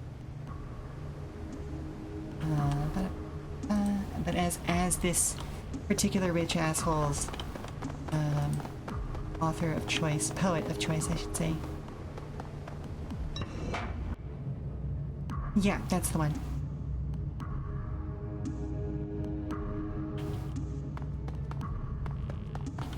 Wait a minute. Do not enter. Okay, well, thanks. Thanks. I'm so convinced.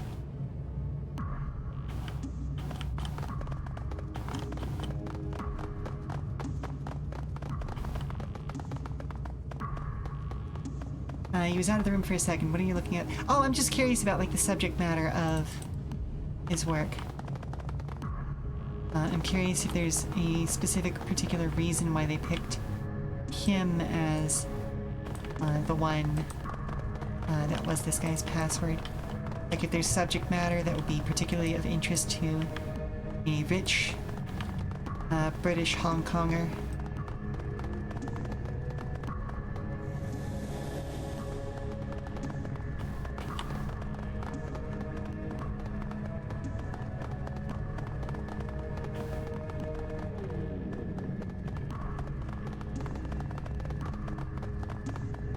I saw a ghoul over there.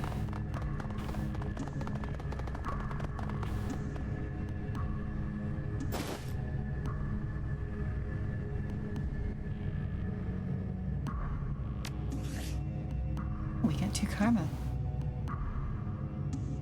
Find both ancient books. Not true. Well, he was a wig. Okay, yeah, that's fair. That's fair. I guess that in and of itself would be enough in most circumstances. But with Shadowrun stuff, there's almost always some, not necessarily a deeper meaning, but like some added level of meaning behind why they make the decisions that they make in their stories.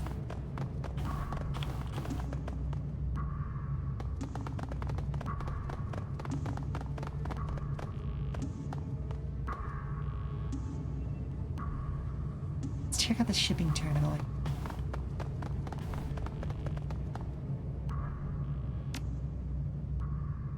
Ooh.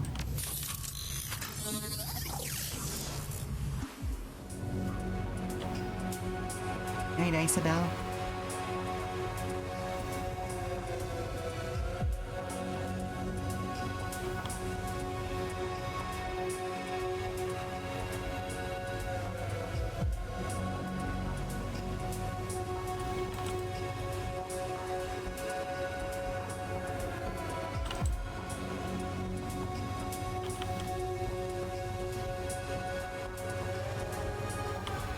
Oh, I see. Oh, I dislike this. Right, you go back. And you're gonna go over. Alright, now it's toward the end of his life, Tennyson revealed that his religious beliefs are also defied convention.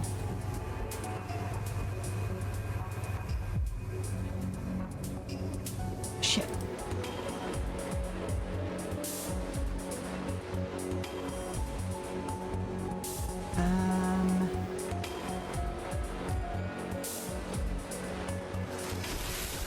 Seriously, we missed.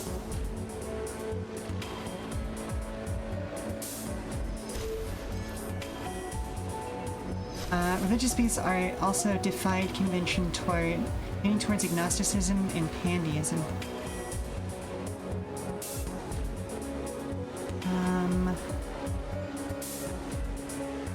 Yeah, let's go ahead and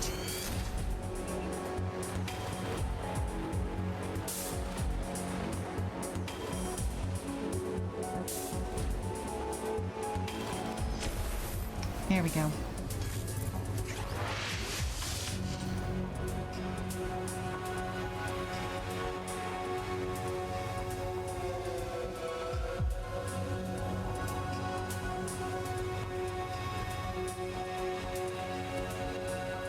Shit. Again.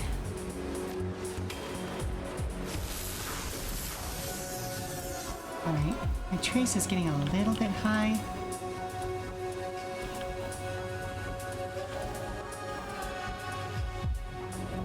Alright. He's evidently a perfectionist with his poetry. Interesting. Okay, so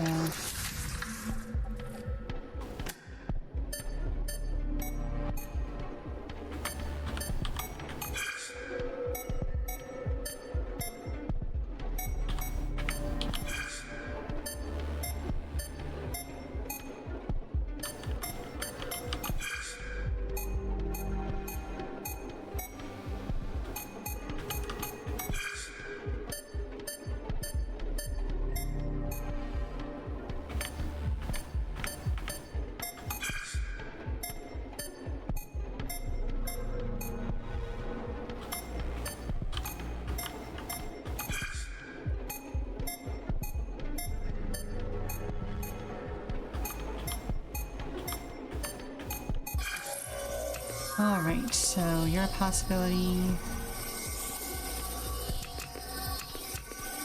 Oh, it straight up is just that one. Okay, cool. Love that.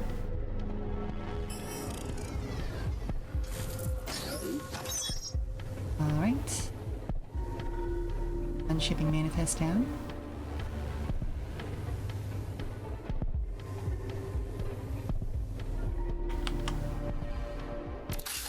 Let's go for the next one as well.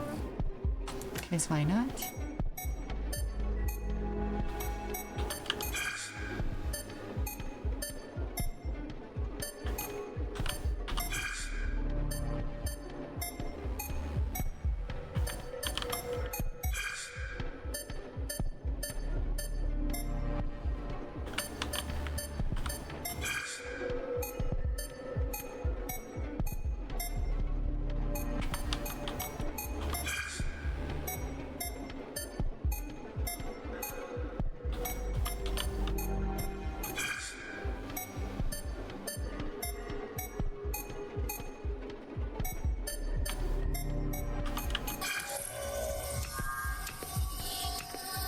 Possibility.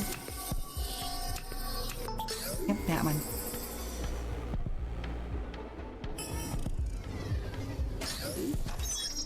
Wild aim increases the target's hit chance by 10 to 15%. It does not stack affect abilities. Next closest ally will also be affected. It's 3 rounds. Let's manage that. Oh, I guess that's a mage. Okay.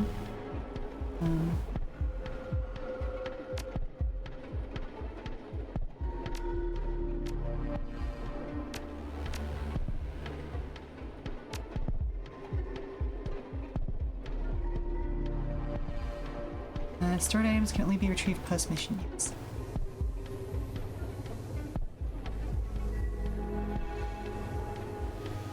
Let's see if we can slip past this little guy. Ooh, just barely.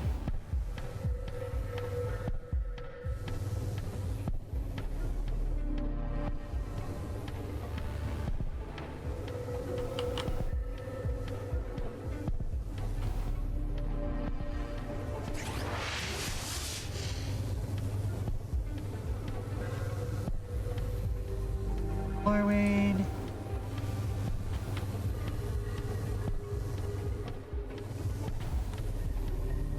Right, we're good to go there.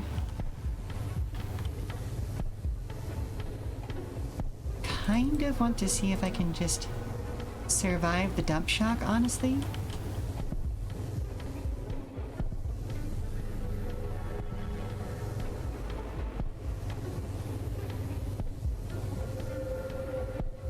So we're good there.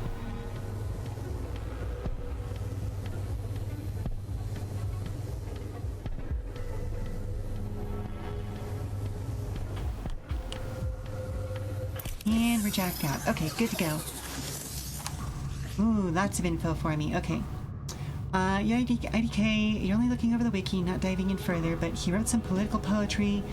Though knowing in which manner would require further research, he initially declined a barony, later accepted one when badgered into it, and was then, of course, a member of the House of Lords, because that's how the House of Lords works. Okay, yeah, that's fair, that's fair, that's fair.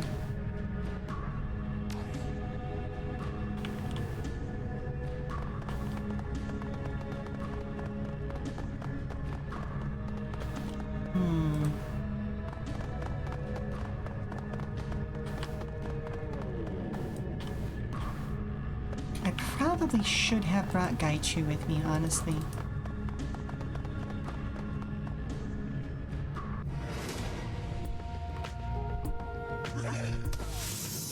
Ow. Hold up, where the fuck?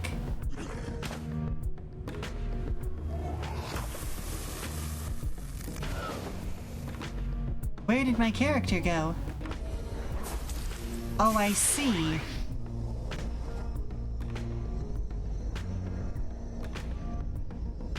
Okay. Ow.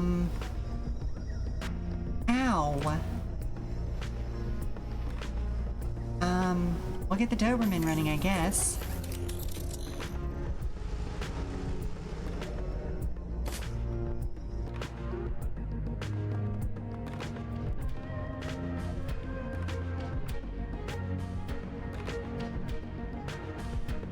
Rude.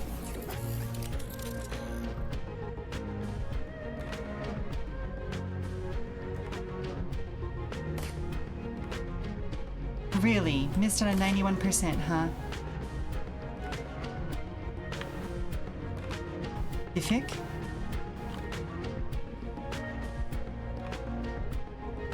Gobbit, what are you doing over there?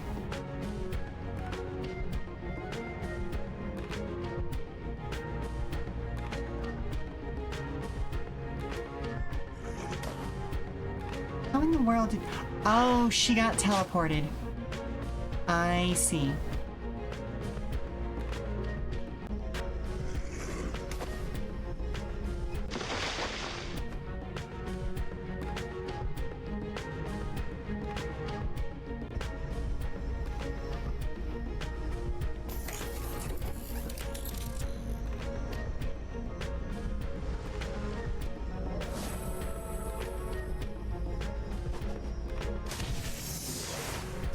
Nice. Okay, we are back.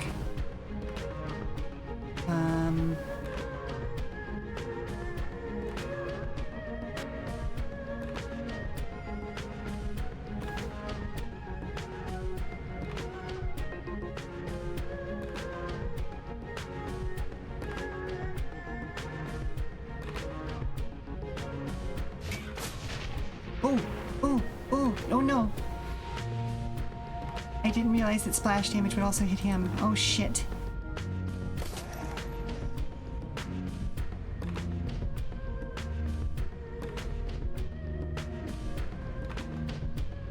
Wait, but no, seriously, how the fuck do we get Gobbet back?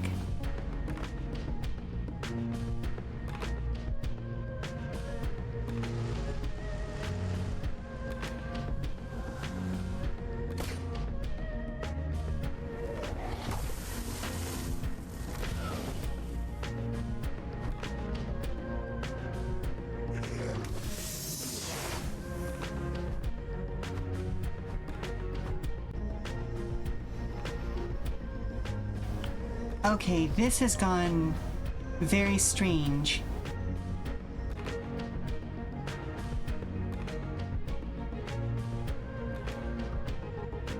Hang on, I may need to load a slightly earlier save.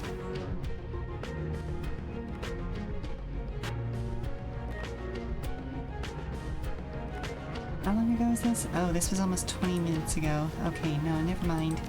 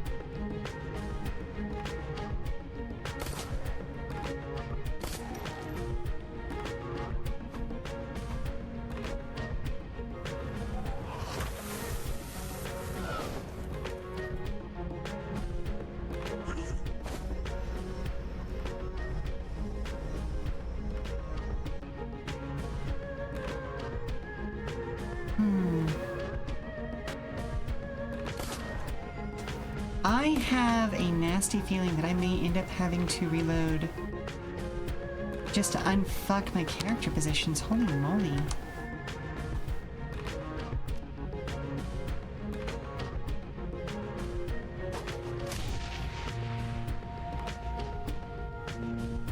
Oh, it's out of ammo. Okay.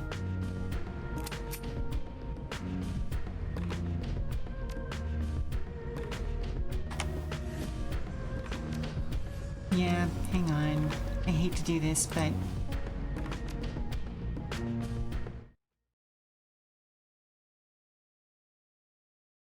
like, when I got sent to the Shadow Realm with my robots, not a problem. But when one of the enemies just took Koshei, Koshei is not controllable because Raptor is down currently. And Gobbet got yeeted over somewhere else, so...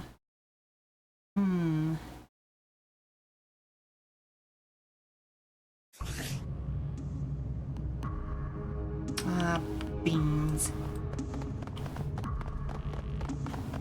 Well, okay.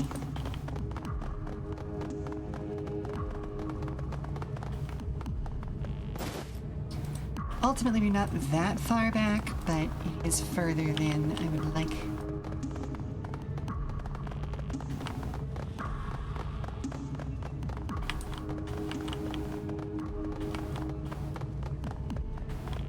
Experience Vish. Pretty much, yeah. Now I gotta go through that whole hacking system again. Which isn't bad, it's just... I don't wanna, you know?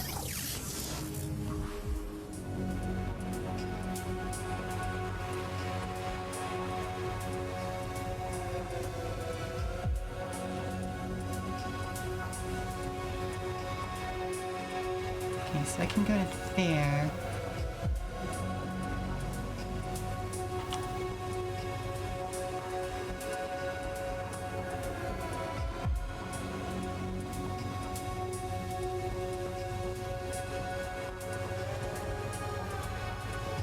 Oh, shit.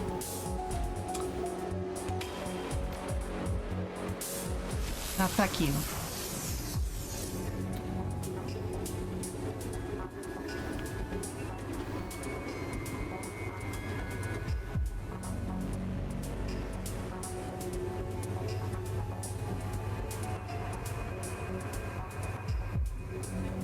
Nope. Nope. Timing's bad. Oh, that one would have been the perfect one to go on. Oh well.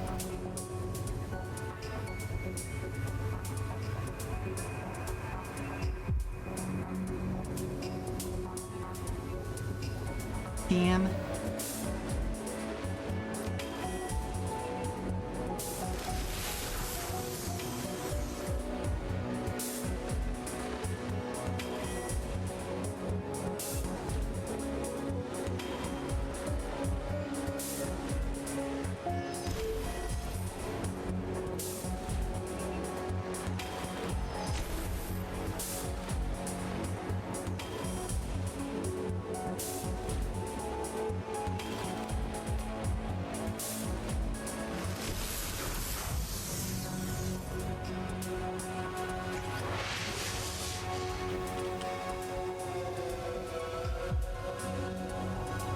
Alright, fuck it, we ball.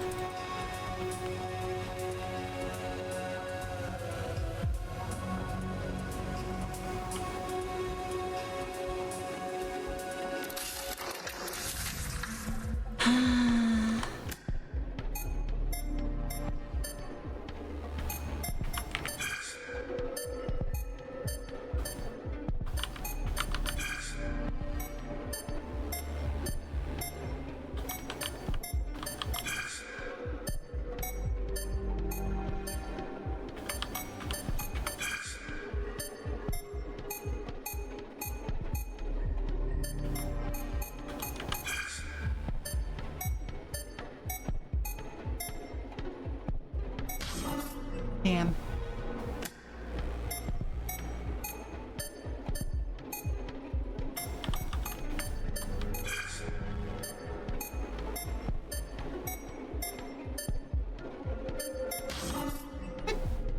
Oh.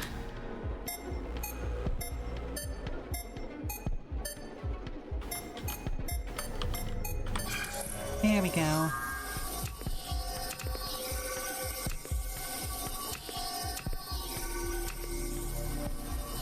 Something in this one?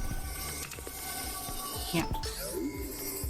How does the hacking mechanic work? So, you play Simon Says in the first part as, like, step 1.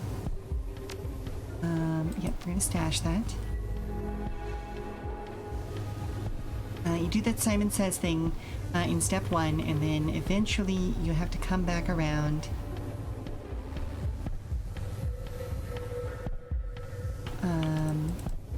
And sort of remember where certain symbols are in the next part. So we start off with Simon Says.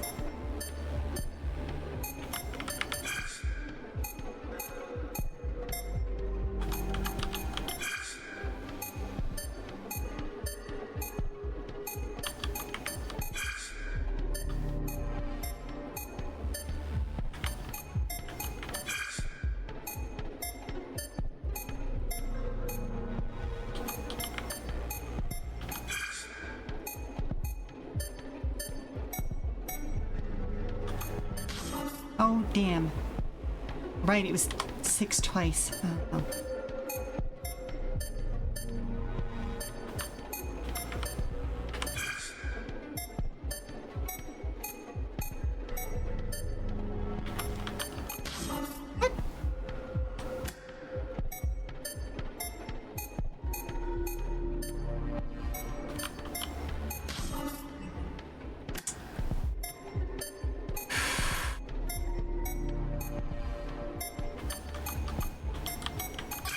There we go. So I think this one's the only one that makes sense there. I did it better the first time through because I was less pressed about the whole thing. Oh, hello? flirting with Dad again. Okay, are they just like stage flirting because he's playing nicely, or are they like flirting? Well, he sent me to get you. Okay, good point, good point. Give me just a second, sweetie. I'm gonna hit the save button real quick. This is what it is, okay? I said empty your mind. Be formless, shapeless, like water. Now you put water into a cup, it becomes the cup. You put water into a bottle, it becomes the bottle. You put it in a teapot, it becomes the teapot. Now water can flow or it can crash. Very Be true. water, my friend. Wise words from Shugong Li.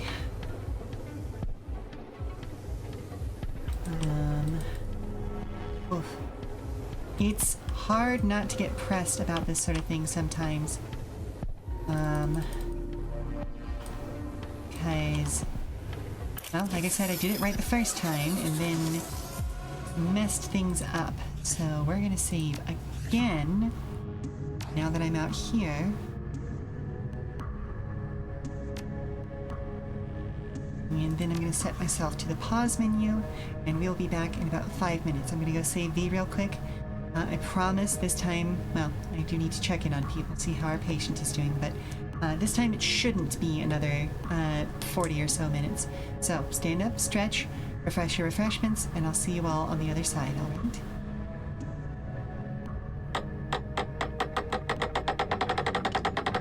It's been a day. It has been a day.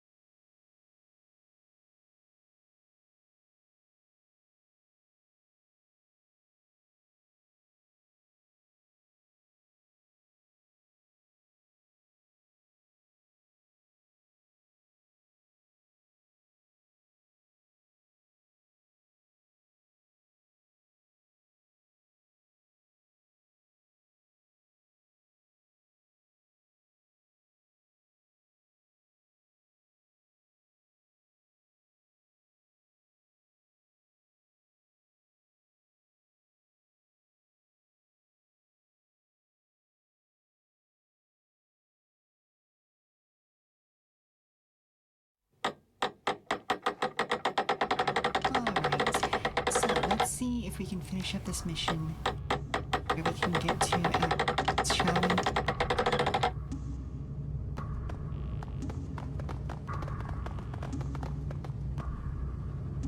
Interesting. Because we got ambushed from behind before. You see that? See what?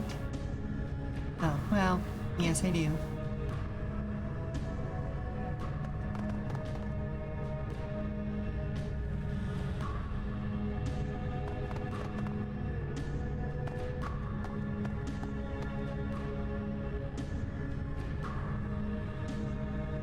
Wait a minute, I can trigger combat manual scheme, can't I?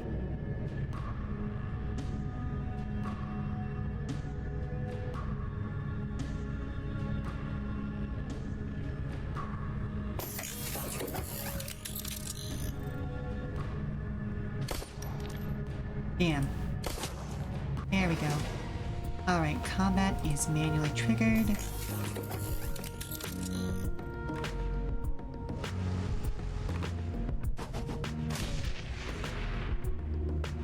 Like, as annoying as the gargoyles are, because it's hard to damage them.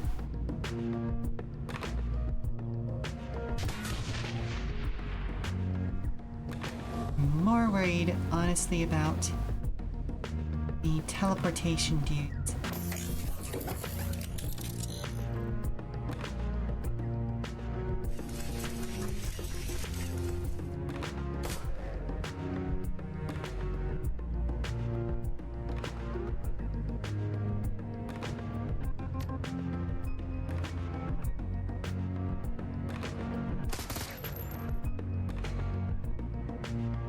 Let's go over here and summon a spirit.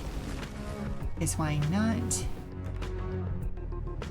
And target all AP for 2 rounds. Smashes the ground in front of it, doing HP damage. Let's see. Oh, it gets 4 action points.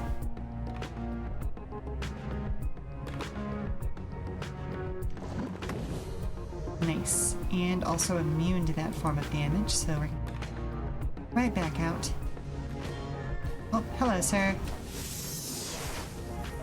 Don't tell me, you motherfucker. Alright, well.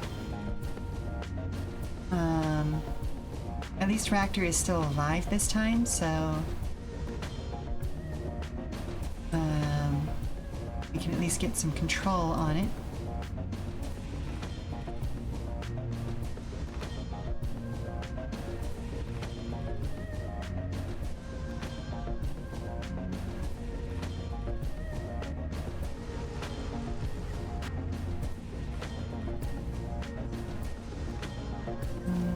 Do anything there. I will dump out of this one.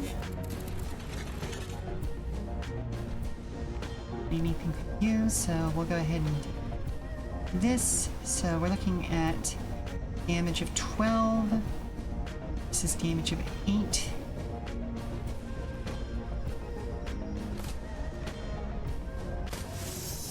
Nice, and he's teleported back. Good to know.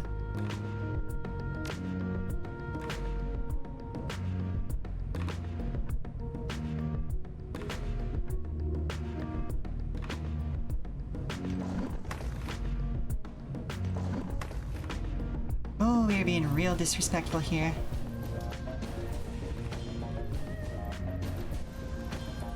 Because all of these guys are mummified corpses. Nice. Get another.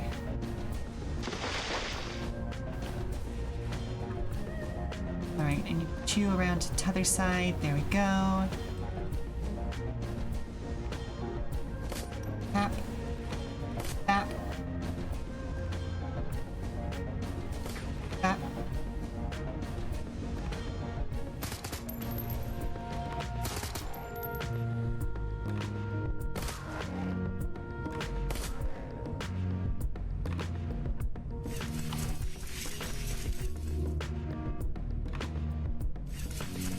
Come on, Cliche, you can do it.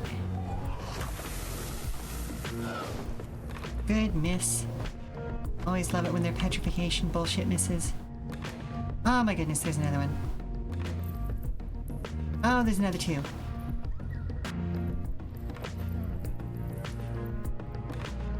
Alright, let's bring out the Robodoc again.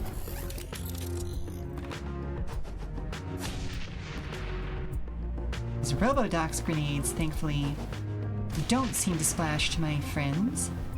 Those mummies attacked you after you desecrated their resting place. Yeah. Like, we're justified, but also not really.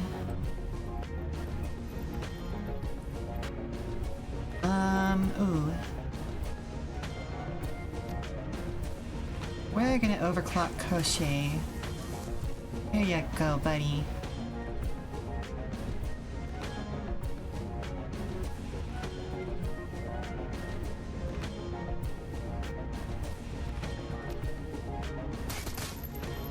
Nope. Okay. Well, I guess we'll go ahead and reload then.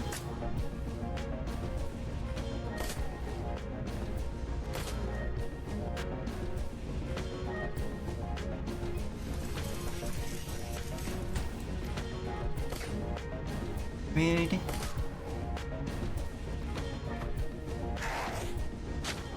Ow!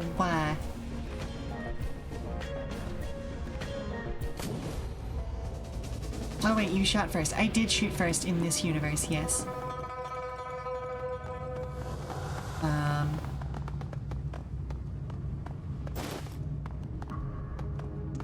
Your comlink crackles. You've got the books? Great. No, what? I was doing a very bad German accent. Oh well. It's out of my brain now. You'll need to head upstairs so I can wipe the security data, then you're home free. Got it. Security room's at the top of the stairs leading back into the museum floor. Click on your comm link and he's gone again.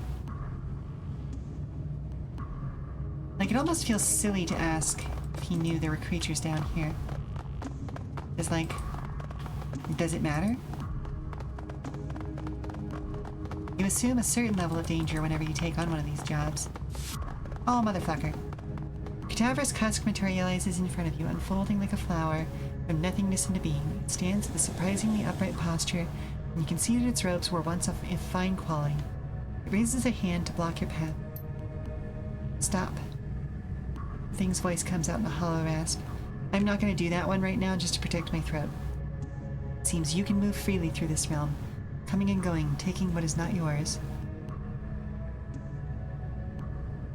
What do you want? Ah, woman of action. Good. Creature nods at you, its teeth gleaming. I want out of this tomb. I must free myself from this place, but I cannot leave. My soul is bound to these catacombs, chained to the bones of a life that I no longer possess. So you think that I can get you out of here somehow? Can. Slowly, painfully, the mummy inclines its head. It reaches into the folds of its robes and produces a ring of fired porcelain. The creature extends its arm, presenting the object as an offering. Take this talisman, place it among the other artifacts you have removed. Once you have moved it beyond the binding threshold of this excavation, I will be free. Let's say I do this. What's in it for me? Sure knowledge that you have done what is right. How do I know that I can trust you? There's a long pause. You don't. How could you?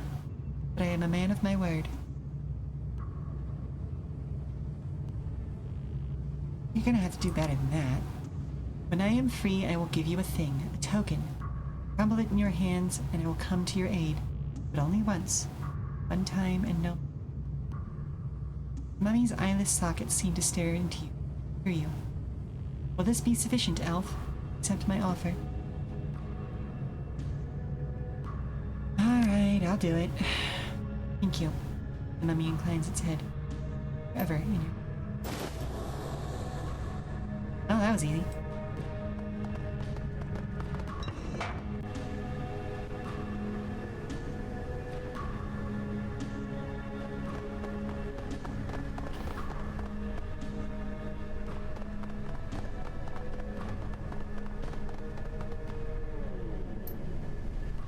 This is the one. Flip the switch at the bottom right, then plug in my data chip. It is clipped with doctors of security logs so that we can sneak you out. There's the German accent. Well, the bad German accent. It's executing now. There's a pause. You can hear him clicking his tongue like a metronome. And done.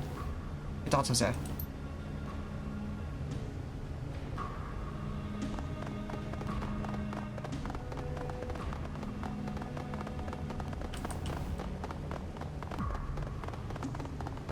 And away we go. Theoretically with a clean escape. Oh. Yeah, we both knew that wasn't gonna happen. Well, all of us. Unless I'm speaking to each one of you individually as if you were my only viewer. Gotta make it sexy, don't I?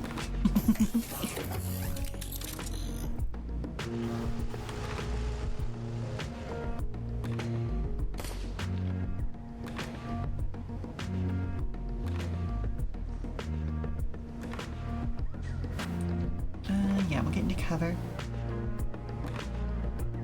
Ah, beans.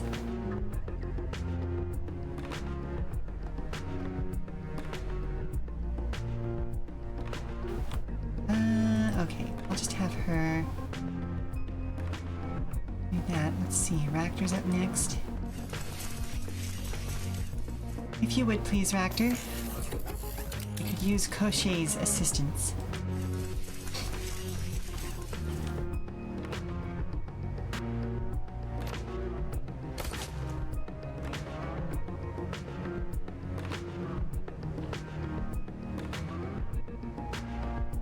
And then we're gonna get Gobbet into cover here.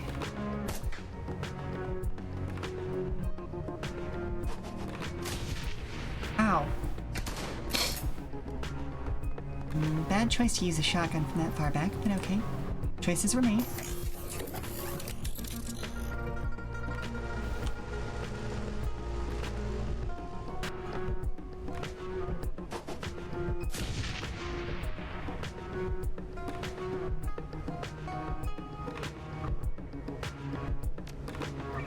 Let's move Ractor over to here. And Isabel up to here.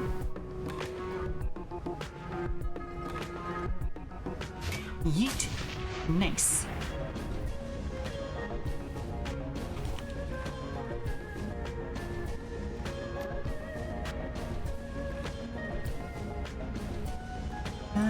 We'll boost Isabel with a haste. Because why not?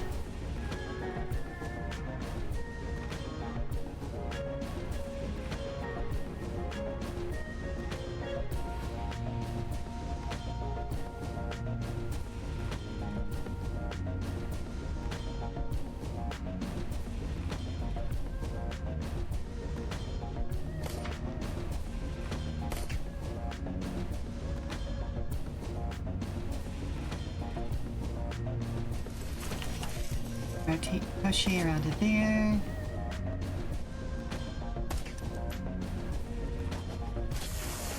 Rude.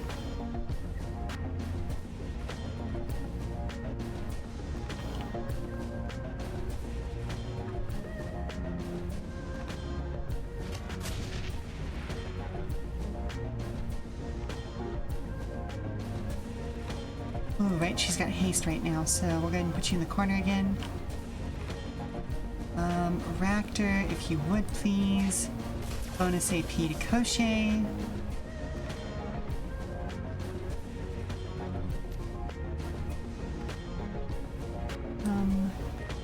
No one to heal, you say, but you're so hurt.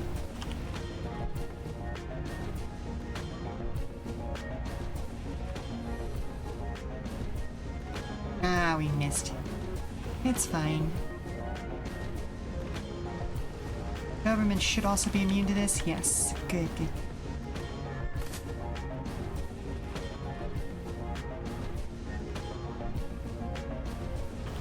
Let's go ahead and clog up that doorway. Ah, right, it was also at -1 AP.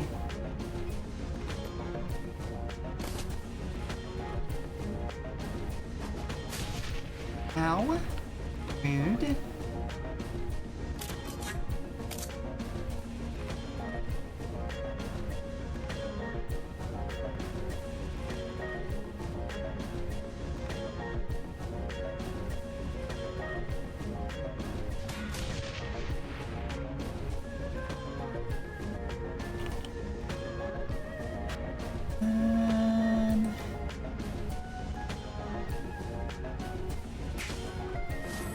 Nice. The ability to have him remotely heal drones is so strong.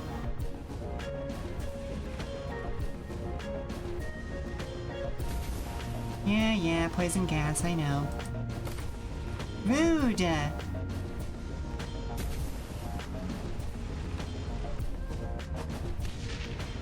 Oh, come on.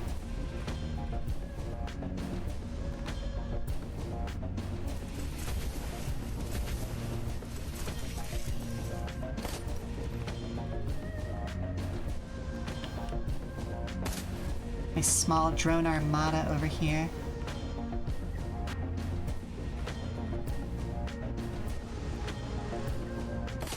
There we go.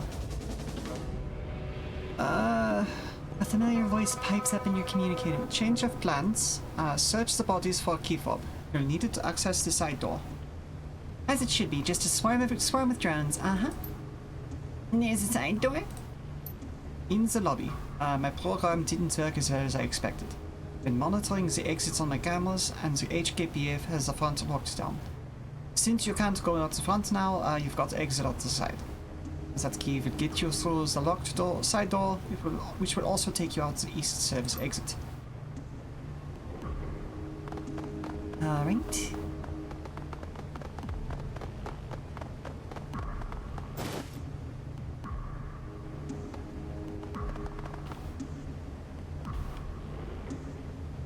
Hello? I don't like that loading screen that just happened. Oh, for fuck's sake.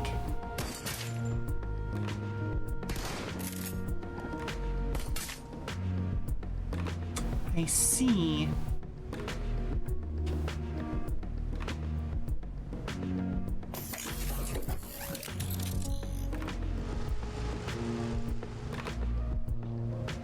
Sniper, enforcer, guide. Alright, well we got the best chance of hitting the enforcer. Still didn't do it, but you know, best chance. Alright, let's get Isabel into the corner here. Raptor, could bring up Koshe, please. And get in the corner with me. Oh, that was Koshe, not Raptor.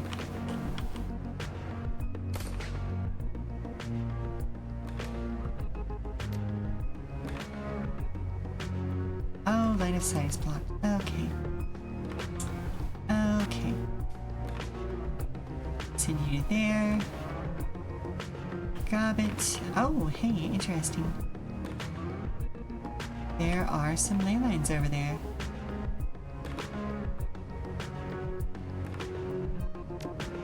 Oh, right, requires 2 rounds. Okay. I'm gonna give Isabel some bonus aiming. Ow. Well, potentially ow. Potentially ow. Also miss.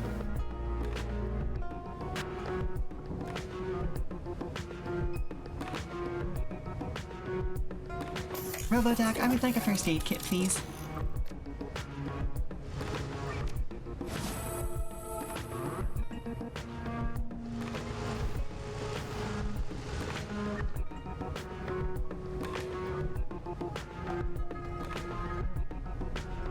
Huh. Actually made her... Oh, well, hey. Interesting thing about grenade launcher. Even if it misses, it can still hit somebody.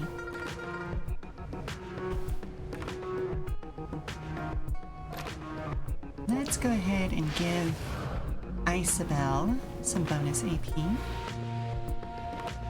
Because why the fuck wouldn't we? And again, a miss with the grenade launcher can be a hit. We'll move Doberman up.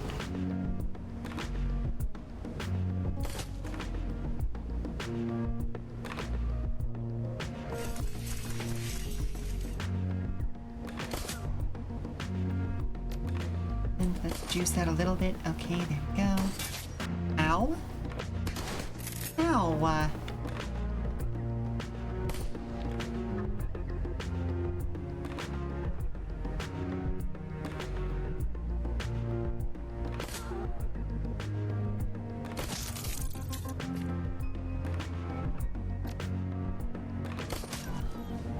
Nice. Close counts with hand grenades and horseshoes. Also propelled grenades. Sure does. Oh, let's see. Alright, I'm gonna bring him around to there. Gobbit, you're gonna heal your wound. Days. Oh my goodness.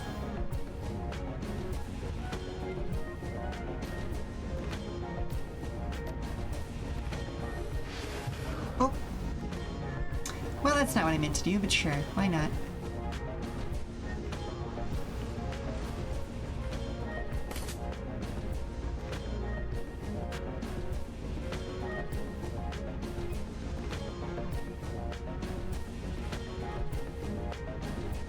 Yeah, why not? Let's put Roboduck out in the open.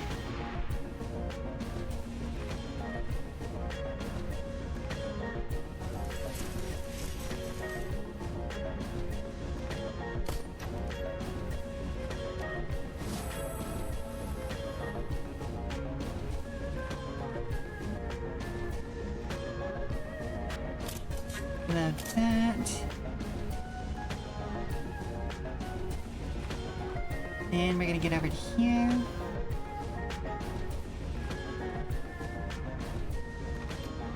Servo tuning. Do a little bit of repair work.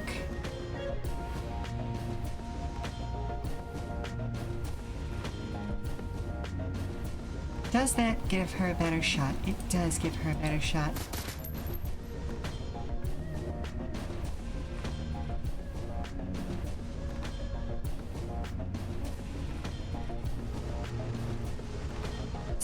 Okay, we can break his cover. Just barely, but it's doable.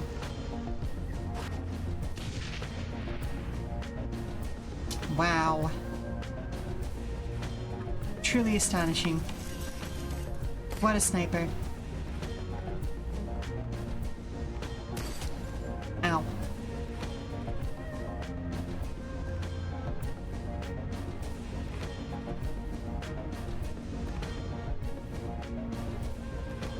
Fuck it, I guess. Seriously?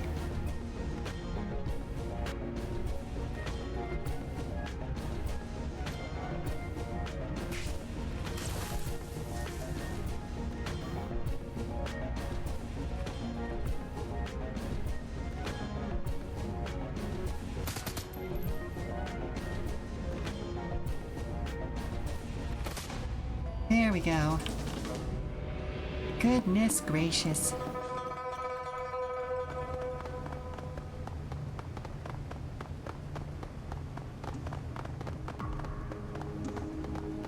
Yes, I feel like that's a good place to finish that mission. There's not really much else we can do here. Your adrenaline wanes as you fly through the subway tunnels on your way back to Hawaii. There isn't much left to do but pick the shards of glass off your clothes and congratulate yourself on one hell of a run. Just too bad you couldn't keep the looted antiques. By the end, you'd managed to steal over 10,000 nuyen worth of items for your client, a number that will hopefully be reflected in your mission pay. The damage you caused will likely set the museum's development back even further. Not enough to cripple the project, just enough to send a message. But at the end of the day, you still managed to break a lot of exhibits, displays, and even the faces of a few tomb crawlers, the presence of which had conveniently slipped Drake's mind. Surprises aside, you came out on top, and thanks to some quick thinking on Drake's part, you got the books, and you got out.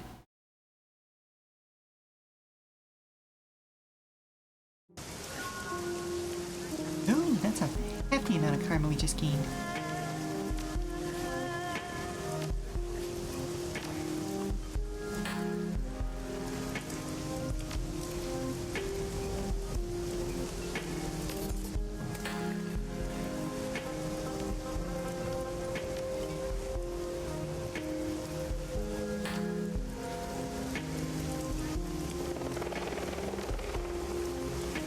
I suppose I should sit on this and save it. Because we've got, oh goodness gracious. 21, 24, plus 36. Okay, yeah, no, I'm gonna go ahead and save that. Goodness gracious. But that already does bump my drones up to the next AP margin.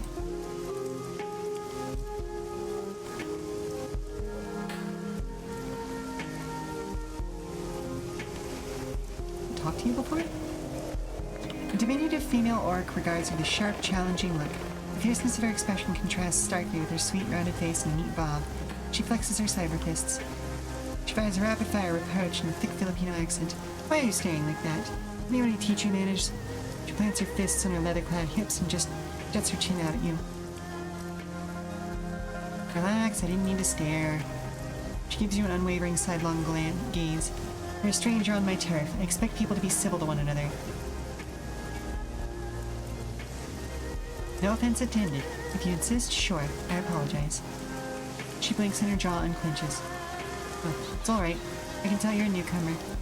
I just feel a little protective of my part of town. York looks you up and down. Finally, with a gruff nod, she introduces herself. I'm Rosario Ignacio, or, to the members of my community, Cherry Pink. Specialize in transport missions and nanny services, and I occasionally Shadowrun for walking around money. I can also fry up a mean batch of lumpia, but you can't have any unless I like you.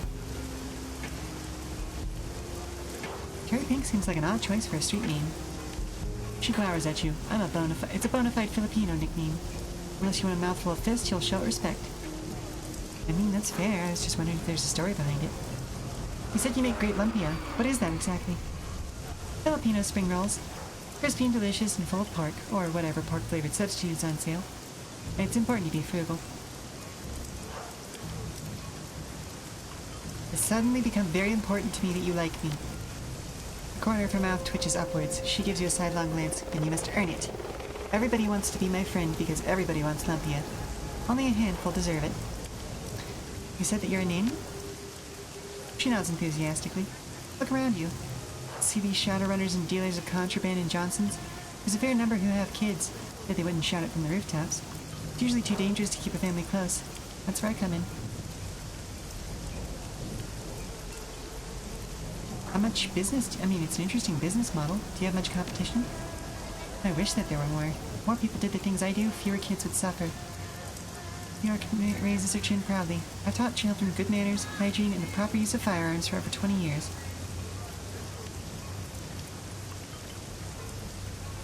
Wait, you teach kids how to use firearms? Show them how to use weapons safely. She jabs a finger at you for emphasis. What's dangerous is not explaining the world to them. Shadows, that is. These kids have to grow up fast.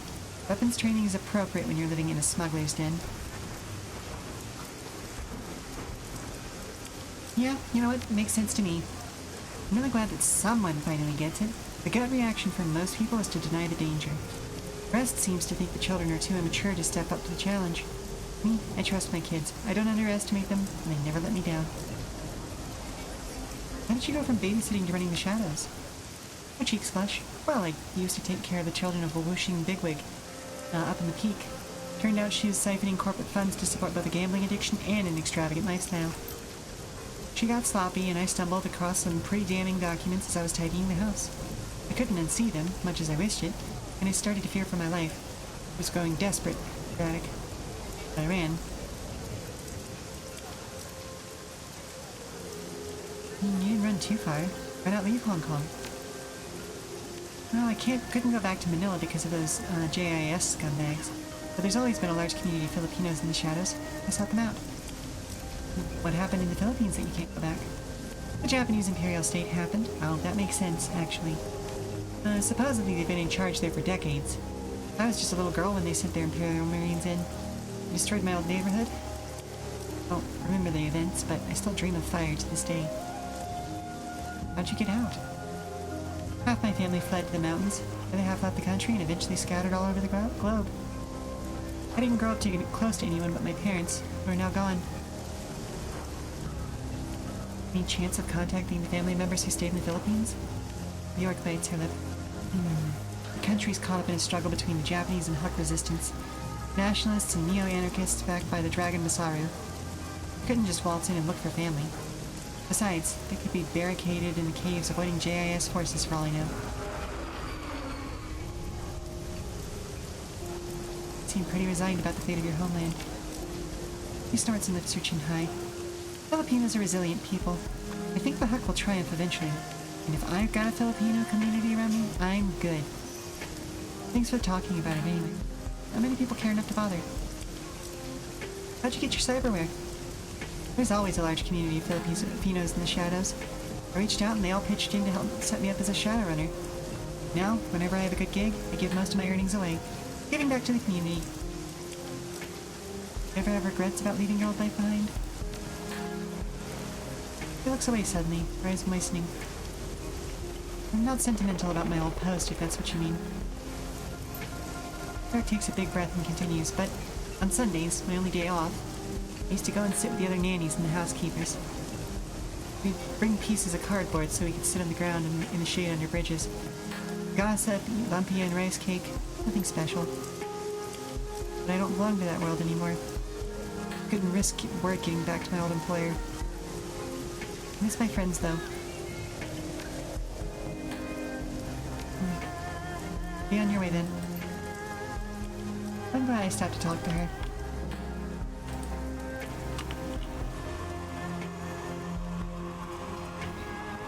That's the thing about this game that is, I would definitely say, an improvement on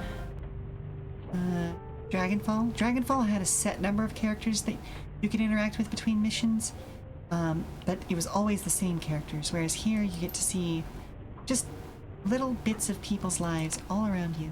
It's nice. Mail, urgent task. Come kindly chung to madam. Little birds have been whispering in my ear about an urgent and high-paying run. Steel Arm Lou, a red pole, managed to get his hands on information concerning a prototype laser weapon in development by Ares Asia Holdings. For years, the Yellow Lotus and the Red Dragon have been locked in a Cold War. Despite this, we remain evenly matched. Neither one of us can attack the others without being exposed to devastating reprisals. Lou wants to change this, and he has a plan. Rather than strike directly, Lou intends to aim external forces at the Red Dragon, specifically Knight Errant. He intends to frame a white paper fan named Golden Fong, making it appear that the Red Dragon has been bribing Ares researchers for classified data. 2 leading drone and energy weapons researchers have recently transferred from London to Hong Kong and are running the project. Doctors Taylor and Hardingham were respected in Europe. In Hong Kong, they remain unknown quantities. They are untrusted and therefore considered untrustworthy. Perfect targets, in other words. They will provide data that will make it look as if the researchers were contacted by Golden Fong and made quite a bit of money. Grew tired of the arrangement. Transfer the attached files to the data chip. Files are bundled with a worm program which will auto-execute when inserted into the appropriate systems. You need not bring a decker, though one may be helpful. We'll need to plant data in the visitor records system, the camera systems in Hardingham and Taylor's lab. Financial data is to be transferred to Dr. Taylor's personal terminal. That, in and of itself, will not be enough to ensure Knight Errant involvement. Planting data is only the first part of your task. This is where a heavier touch will be required. Hello? You will also need to steal the prototype laser weapon. There's a GPS tracking device attached to it, which Lou will plant deep in Red Dragon territory. The apparent theft of a prototype weapon by a disgruntled Triad member should convince Ares to dispatch overwhelming force against the Red Dragon, dealing them a vicious blow. As a note, Lou does not care what becomes of the laser weapon. Wish to sell it or keep it, feel free. They have also attached a map to your extraction route from the building. During the facility's expansion in 2052, Ares Asia was forced to extend their foundations deeper into the island. They drove piles through the former site of the central MTR station, which partially collapsed during the Dalu Bay earthquake of 1944. Practically, this means that you can exit through the basement directly into the new NTR line through Central. With any luck, you can be gone without anyone knowing how. Unfortunately, this route is heavily alarmed, so you'll be forced to go in the front door.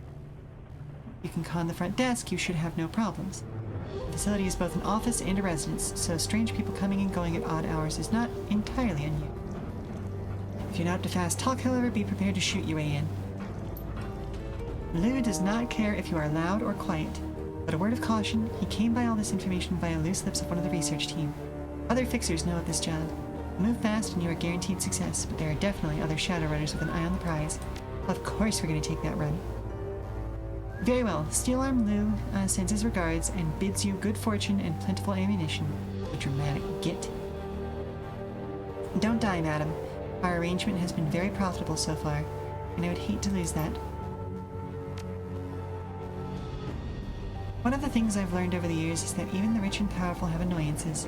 Thorns in their side, if you will. No one is without troubles. The rich just seem to have different ways of solving them. The client for this run has grown tired of one particular thorn in his side. Chung Sing Rooster Low. Low is a red pole for one of the smaller triads here in Hong Kong, 289s, or the Easy Money Gang, if you prefer. Despite the 289's small stature, Low's illegal activities have managed to damage the client's profits. Mr. Johnson, like you do, help him show Low the error of his. Low takes an evening every few months to dine at the Shangri-La restaurant in Aberdeen. If you aren't aware, the Shangri-La is an elite establishment, serving primarily corporate clientele from Wuxing Incorporated. Because of this, it's not unusual for diners to bring bodyguards or assistants with them. In Low's case, he brings a particularly brutish enforcer, known as the Talon, and undoubtedly feels well protected. You're going to prove just how wrong he is in this regard. You are to kidnap Rooster Low, so long as he's alive and in relatively good health. All options are on the table. While keeping the run quiet would make things easier for Mr. Johnson, no one will shed too many tears over a few dead triad, though. The client has arranged an exit by a boat. So long as you can get Low from the interior to the restaurant's dock, the client will handle everything else. Despite being a red pole, Low is a tactician, not a fighter. Don't expect him to put up much of a fight. The Talon, on the other hand, is as nasty as they come. Be careful about how you confront him. Things may go very badly. Alright. I've let the client know you've accepted the job. By the time you arrive in the Shangri-La, the boat will get you out. To get you out will be waiting. Okay. Claim payment for the museum run. Well done. You went above and beyond what I asked and liberated some truly precious artifacts. I've attached the payment you're owed, plus a little bonus. I trust that you'll keep quiet about what exactly was liberated from the used little museum. I'll come collect the books from Kindly Chung shortly. Hello? Mom, can you help me get a snack off the high shelf? I mean, I can, sweetie, but aren't you taller than me at this point? Yeah, but you have that grabby spell that I don't. Alright, that's a good point. I'll be with you in just a second, sweetie. Let's finish this up. There we go. Oh, thank you very much, the Rat King M. I appreciate you being here and for following. Let's post some data real quick. Ooh, lots of things to talk about on the Shadowrun. Yes. Oh, thank you very much for the stretch.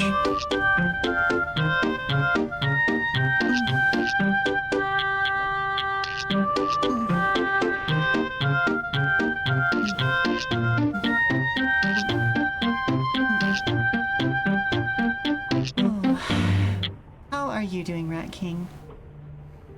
Hope you're doing well. Let's see. Do I want to risk going longer than usual today? I don't need to exercise today, and I did lose an entire segment earlier. If I hadn't lost that segment, I would absolutely be willing to do. You know what? Fuck it. Let's go ahead and push for another segment at the very least, and we'll see how we are at the end of next segment. So, for now, I'm gonna go help there get a snack. Everyone stand up, stretch, refresh your refreshments, and we'll see each other again in about 5 minutes after some commercials, okay? So, talk to you soon. Alright, sweetie, so let's see. We refreshed our supply of animal crackers last time, but we've also still got a little bit of bug cake.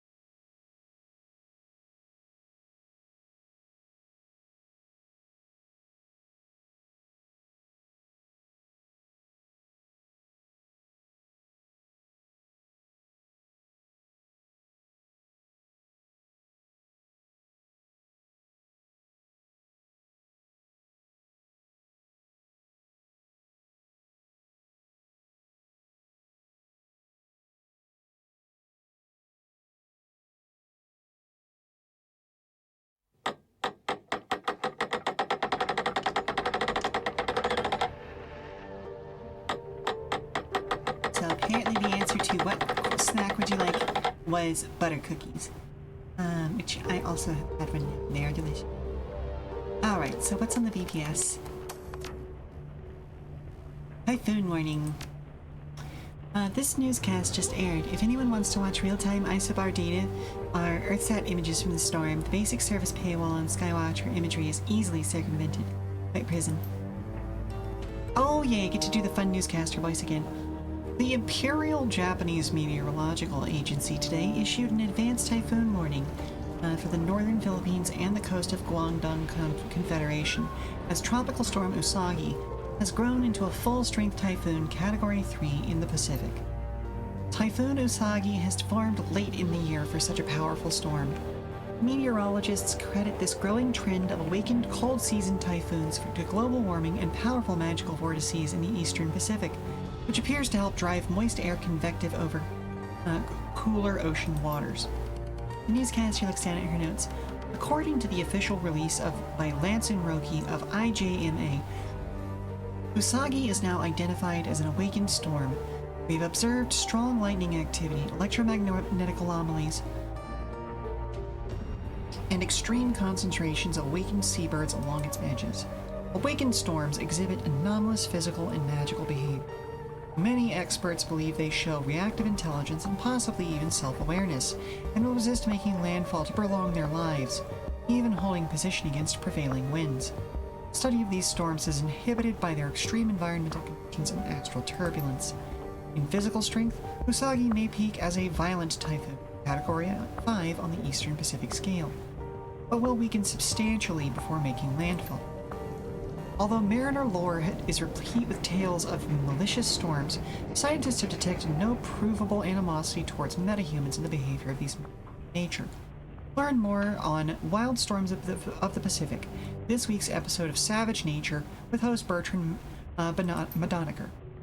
The Guangdong coast will likely have a long precursor battering, with drenching rains but moderate winds as Usagi stalls offshore. Usagi is one of the most powerful storms of the season, but it is not unusual. Usagi does not have super typhoon potential. This is going to be perfect. A long, soft hit by Usagi. Lots of electromagnetic interference, security and cops all tied up. It's running season, baby!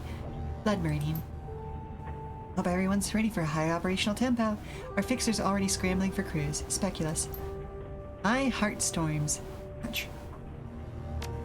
Verse smack. Come one, come all, and welcome to what could very well be the last Shadowrun Poetry Slam. Matrix Bard. Buddy, why are you even trying? There's something kind of sad about that. End of an era, Jivebert. Hey, a moon princess typhoon, huh? Yep.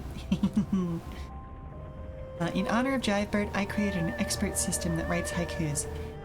It takes whatever's being said in a thread and turns it into a poem. Mind if I fire it up? Snozbert. Snozzy, you shouldn't have. What kind of poetry slam includes bots? This is lame. Now you're mad. Homage to Jivebert. The program stirs, churns out text. 3 lines, mar the piece. Jivebot. That's brilliant. Now I can hang up my quill. I really don't like it that a bot can produce poetry for a living, breathing, feeling human being. Sorry, Tennyson. This is bullshit. Now you're mad. Despair grips the poets. A machine crafting haikus. The Jivebot breaks free. Snozbert. Was that supposed to happen? The slam is now slammed. This program has broken loose. Pandemonium! Well, look at the bright side. How much damage can a runaway poetry bot do anyway? You fucking people. Sysop. Post is, the thread is closed. The hunt continues. Ooh, another thread broadcast. And despite their growing efforts, no one has yet come forward. The government of Hainan has denied all connection with terrorist fugitives, even going so far as to state that the White Star organization no longer exists. There has still been no word from the HKPF on the whereabouts of the fugitive terrorists. The mood on the street is nervous. There is no telling when or where these terrorists will strike. For now, the Special Duties Unit of the HKPF remains on active alert, ready to respond at a moment's notice. This is Sunny Chung with Brazen News, signing off. What a load of crap. How are they going to convince us a bunch of crazy terrorists got into the FEZ and then just disappeared under their noses, huh? This would never happen if Lone Star was the sole police force here. Obatar. Hello, Circuit. How are you doing today? We are in overtime, but it's lovely to have you here already. Sure, because heavily armed terrorists never sneak into Lone Star cities like Chicago or Seattle, only to disappear and remain free to roam the streets after they engage in public gun battles. Haven't shot. You're catching up on the TADC discussions. Ooh, fun. There's no way Hainan is connected to these people. If they really were Right Star, they'd have struck already. Your entire modus operandi is suicide bombings and civilian casualties. If these people are hiding, they're probably on the wrong side of a setup. VU V2. Sure, because everyone in the shadows is just some bleeding heart fighting the megas because they believe in freedom. Grow the hell up. Dongjiang. No more posts in the thread. Yeah, there's a lot to be said about TADC. I'm keeping out of the discussions mostly because I feel like people are really only engaging it in a very surface level way, not in the sort of poetic way that the last episode especially, but really the whole series as a whole was meant to be engaged with. It is a very personal story. I think it was you who mentioned that earlier over on Gata server.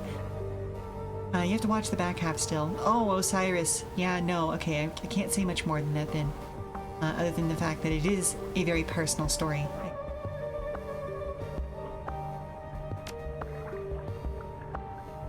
Searching for a tailor for some unusual custom work. Ratstar 123. I might know a guy. Is this for armor? Scorpion. Not exactly. It's a surprise birthday gift for a friend. Friend's drone, actually. Ratstar. What exactly do you want a tailor to make for a drone? Scorpion. A cat costume. With soft little ears and paws. Ratstar. Or better yet, bear suit. Oh, or a red samurai outfit. I even have the reference that I can provide. Ratstar. Okay, well, you got a fat stack of Nuyen? This is gonna cost you. Scorpion. I'll find the Nuyen. Can you help me? This'll be so worth it. Ratstar. Yeah, I'll hook you up. Scorpion. Can't get a flight to Seattle. Hey, I've got a problem I'm hoping one of you can help me with. I came out to the FEZ 2 weeks ago for work. Now that the job is wrapped, I've been trying to get an under-the-table flight to Seattle for the past week. Off the books, no passport control, that kind of thing. Nobody's making the trip. What gives? Hangfire. Check the news feeds, man? Haven't you heard? Seattle's on lockdown. Nothing coming into or out of the city without a thorough search for at least another week. I caught some smugglers trying to move some really nasty stuff in through a covert landing at Discovery Park. B-Ray. Oh, that seems like a bit of an overreaction. Tons of awful stuff moves through Seattle every day. What's so different about this time? Hangfire. Not like this. You didn't hear it from me, but I have some friends with ICE. They say whatever it was, it set off the radiological alarms on the Coast Guard ship, sweeping the area. We're talking fissionable materials here, enriched and ready to go in a bomb. Underwatch. No way. I don't buy that for a second. More likely some corp had an accident with one of their ships and dumped some radiological material. They just don't want to admit it, so City Hall is covering their ass. Phaedra. Don't dismiss the news so lightly. Smugglers were carrying cargo for Winter Night. It's only pure luck the cargo was intercepted at all. Adarail. Who the hell is Winter Night? Sounds like a goblin rock band. eBay. Not who, what. All you need to know is this. Winter Night is bad news. You cross them, they destroy your life. You ever run into any of them on a job? I suggest a solution that comes in 7.62mm. Adarail. No more posts. New Pinoy in HK.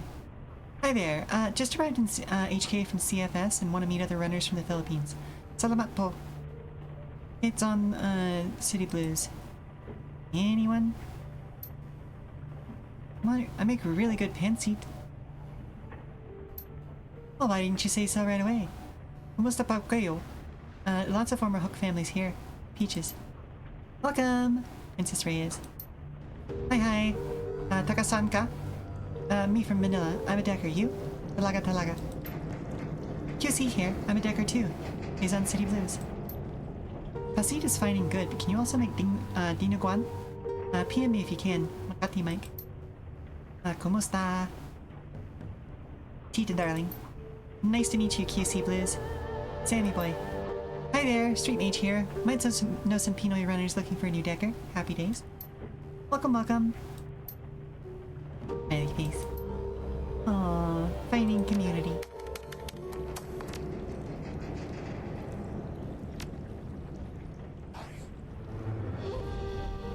Alright.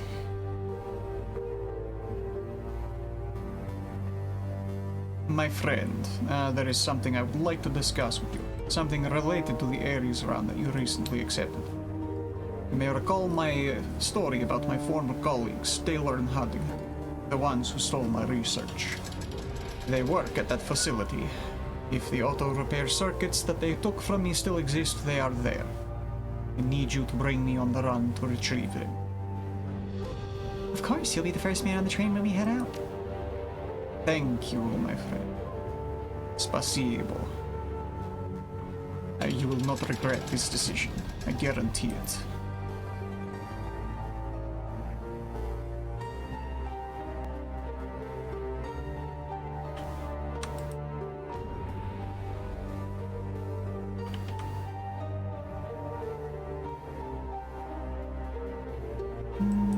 Okay, nothing new there.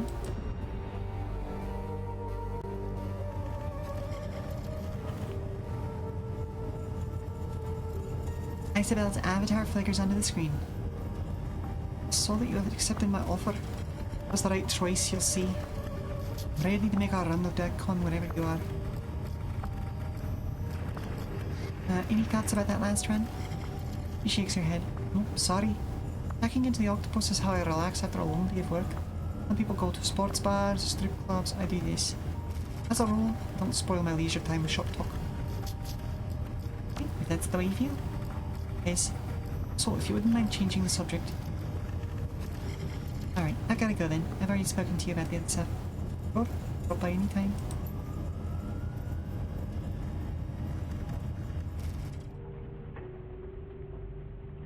Rabbit looks up from her hot plate at the sounds of your approach. A smile creases her face. She raises her eyebrows and gestures at the cabin. You know, the Belltower has really been shaping up over the past few days. With all of the work that we've been putting into her, she's starting to feel like a real home. Anyway, enough about the boat.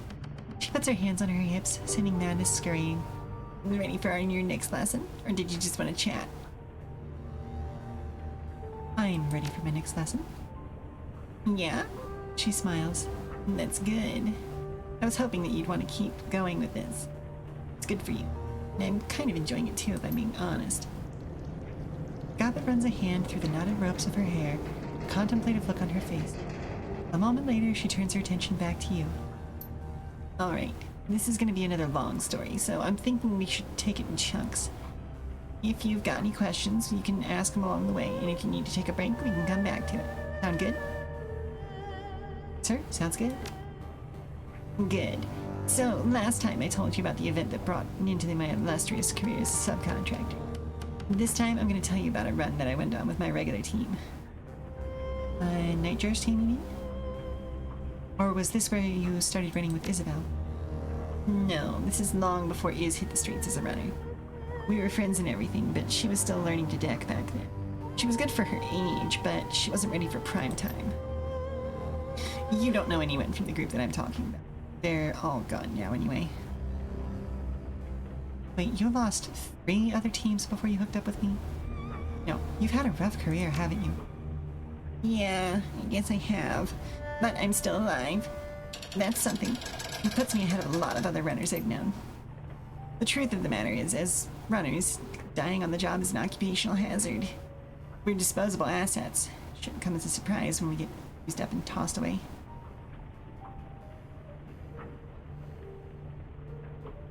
Same way in the Barrens. Here today, gone tomorrow. Yeah, you know how it is. People die and it's sad, but there's no sense moping about it.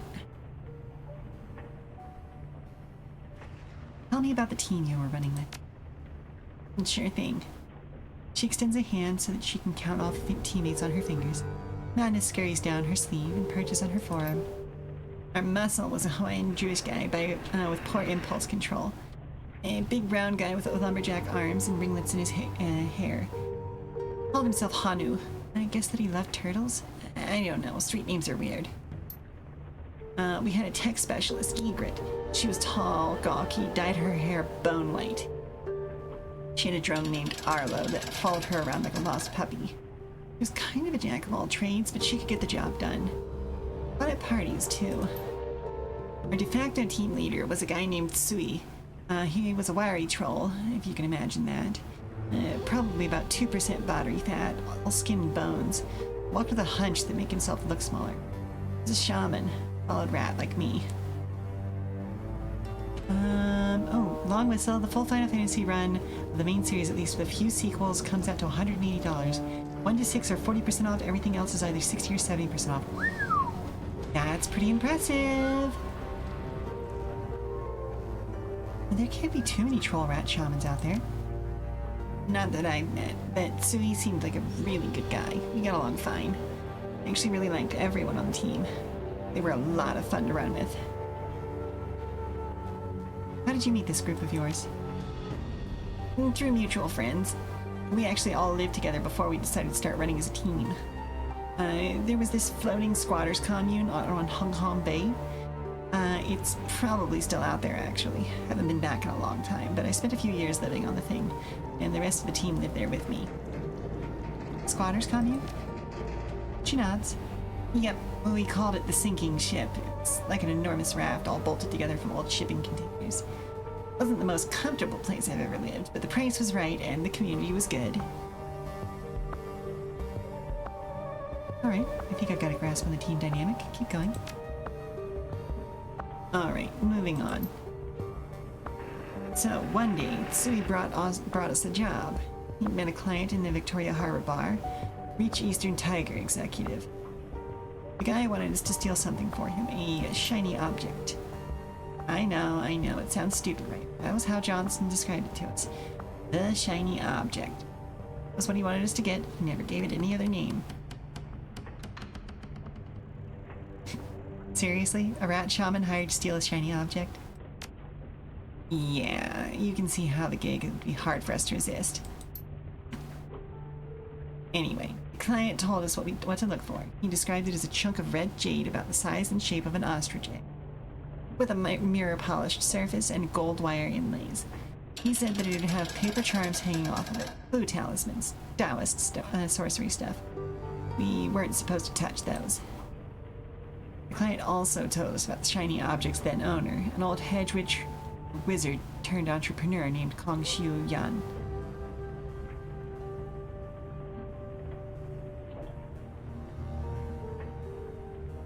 So you were essentially supposed to steal a crystal ball from a wizard.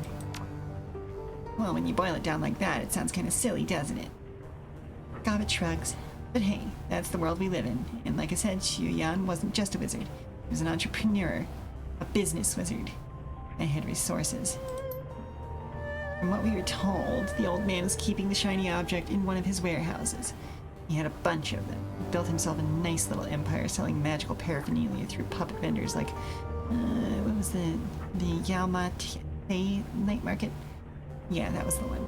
Supposedly a good fifth of the stalls in that place were on Xiu Yan's payroll.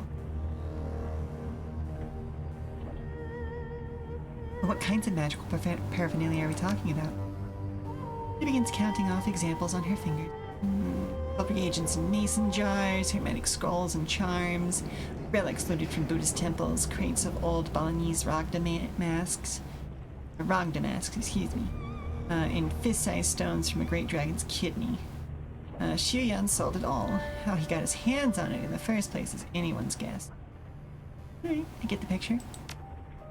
Good. Thought you might. We'd cased the warehouse for a couple of nights before the run, and we were pretty sure that Xiu Yan was keeping our payday in a vault area at the very back of the building. But the old man had enough triad protection that we'd have to be sneaky to get in there. Sui was the one who came up with the plan. We'd split up outside and enter the warehouse in 2 teams. We would create a diversion. Team B would hit the vault while security was looking the other way. We grab our payday, regroup, and get the hell out of there.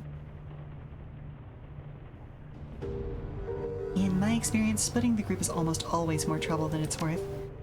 I agree with you if we were going in expecting a straight fight, but as a Shadowrunner, you should almost never want to get into one of those. Well, when you're on a job, you're always going to be outnumbered and outgunned. And quiet is inherently safer than going loud, and if splitting the group is what it takes to do that... She shrugs. Anyway, Team A, Banu and Egret, circled around to the loading dock, just like we'd planned. Sui and I waited by the service entrance. We didn't have to wait long. A couple of minutes in, we heard this ungodly crash, and then another and another. As it turns out, Egret had rigged into Xu Yan's network of automated forklifts. She had 6 of them running amok in the loading dock area, chasing down workers, crashing themselves into anything marked fragile.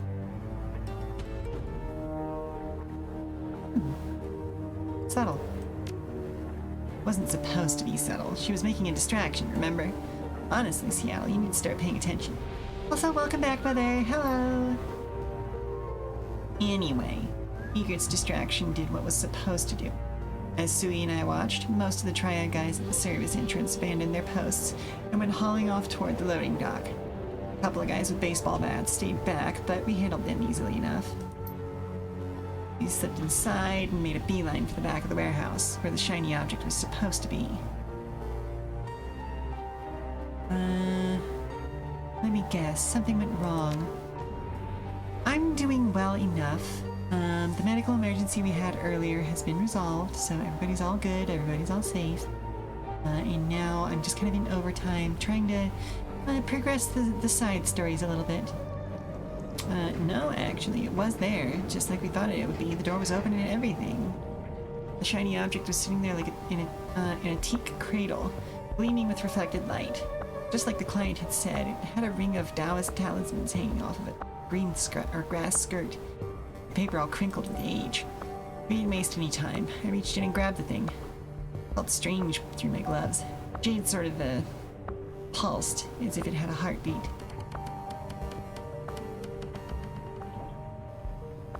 That sounds ominous. Yeah, tell me about it. I wanted to drop the thing, but it was our payday, so I slipped it into my satchel instead. Couldn't get the flap closed quickly enough.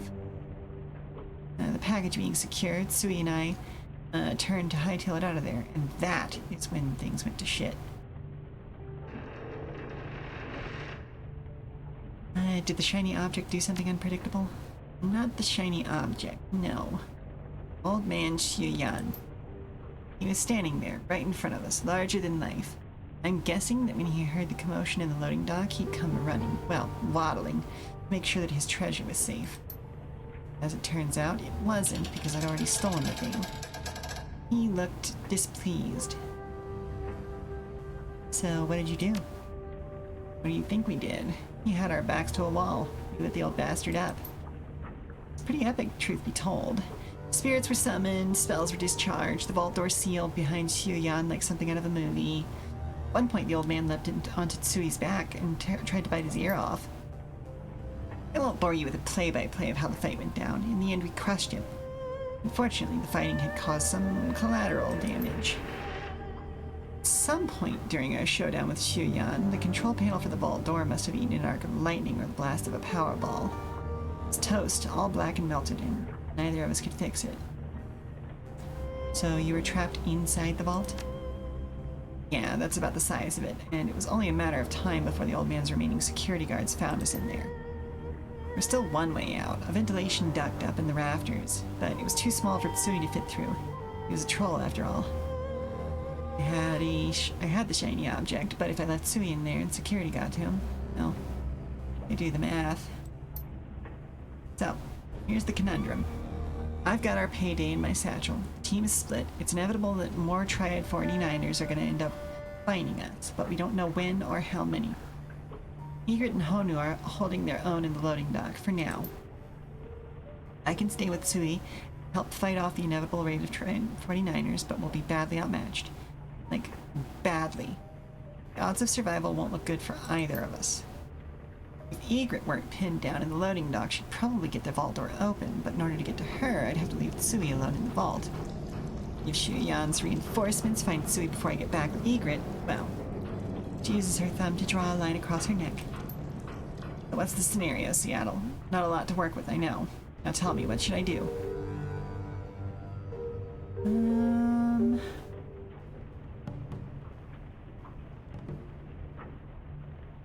Take the gamble and go for egret. It's the plan with the best chance of success.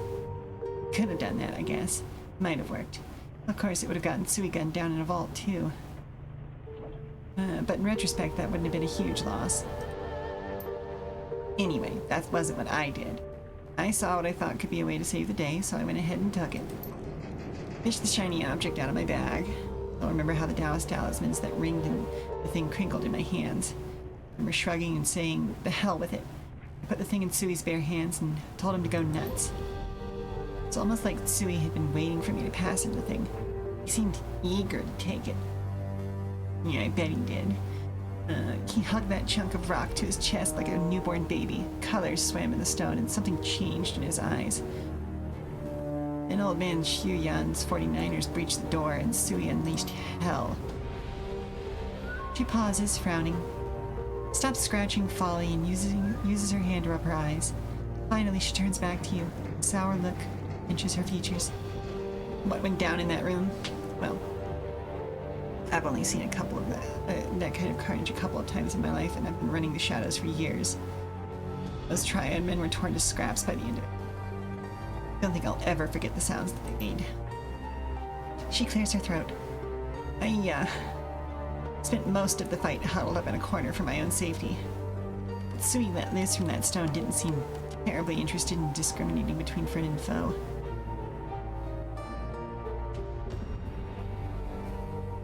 What do you mean by that? Did he summon hostile spirits or something? Something like that, yes. Truth be told, I don't know what they were. Like I said, I was hiding. But he couldn't have done it without the shiny object, not in a million years. Whatever they were, the rock brought them there. So what happened then? Rabbit shrugs. We waited for things to calm down in the vault and for the things to go slithering away. I think that Sui had some limited control over them, which is why they didn't eat us. After they were gone, Sui gave me the shiny object back. I put it in my satchel and bailed. We collected the others on the way out. They were blissfully ignorant of what had happened on the other side of the warehouse, and I didn't see a reason to change that. We hightailed it back to the docks and caught the first boat back to the sinking ship. Mission accomplished. Gobbet looks away again, stares off into space.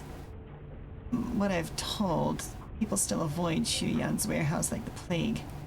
It's supposed to be haunted even to this day. People who set foot in the building keep turning up dead.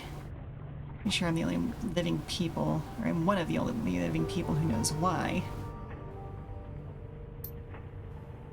Abruptly, Gobbet's body language changes. Anyway, that's it. Lesson's over. If you've got any questions, go ahead. Gobbet, was there a point to this story? I'm trying to find a moral here. There was when I started telling it. I thought I was going to tell you to be comfortable with breaking the rules. I don't think I'm going to say that now, though. I'm not feeling it anymore. Why not? At least your team made it out out of this run alive. Didn't stay that way for long. But let's leave that for next time, huh? I don't want to get into it just now. Alright, can you tell me about the sinking ship then? Yeah, sure. The story's over, so we can get into it. I moved onto the sinking ship when I was just a kid. I think that I was 12, maybe 13 years old at the time. In the beginning, it was just me and a couple of rat shaman friends, Cadmus and Malvina.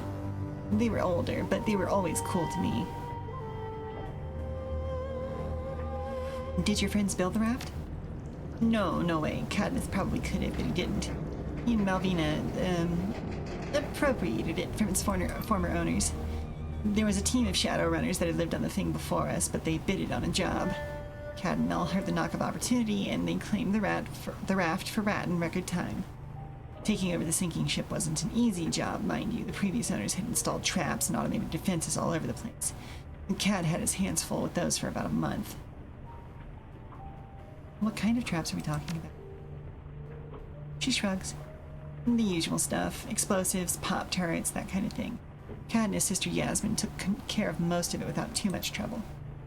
Biggest problem were the scuttling charges. Runners who built the raft had installed these explosives all along their perimeter that had ripped the bottom out of the thing if they were ever seized by the police. The explosives were tricky to deal with. Cad was able to disarm them, but he had to leave them where they were. It was always just slightly uncomfortable, knowing that I was sleeping on top of a couple 100 pounds of dormant explosives. Yeah, I can't blame you there. Gobbet shrugs again. Hey, like I said, it was free. There weren't really even any rules to follow, which suited me fine. Malvina was sort of the leader of our little nest, but we never really listened to her. She was always trying to play the mom card, instill a sense of responsibility into us. It was cute, honestly. She did have a propensity for getting things done, though. I'll give her that. Anyway, after a few months, other people started showing up. Squatters, homeless people, Shadowrunners, assorted crazies. As long as they stayed cool with us, we were cool to them. Eventually, it became a community. Imagine that. Think you wound up squatting on the bolt hole because of your time on the sinking ship? I don't know, maybe. Never really thought about it before, but yeah, maybe. The corner of her mouth curls upwards. I guess that I'm a water rat now. Alright, let's take a break and come back to this later. Of course, like I said, it's a long story. So, was there something else you wanted to talk about? Do you have any thoughts about that last run? Gobbet positively vibrates with excitement, clapping her hands together with a huge grin. That was awesome. Think about it. We broke into some rich jerk's manor house, stole his artifacts so they could go to a museum, and we fought mummies. If that's not a plot of a Trid blockbuster, I don't know what is. I'm not sure what I think about that mummy's trinket. I've never had a dead person owe me a favor before. Not even sure how that works. Be careful when you use that trinket as well. As long as he does what we tell him to, that's pretty awesome. But if the Trids taught me anything, it's that mummies are always waiting for an excuse to run around cursing everywhere. So, anything else to chat about? No, that's all for now, Gobbet. Thank you. Yeah. Hey, Seattle. I'm sorry that this lesson wound up getting a little unfocused at the end. Not really sure what came over me. No, it's cool. Don't worry about it. Well, I still feel bad about it. So look, I'll make you a deal. Your next lesson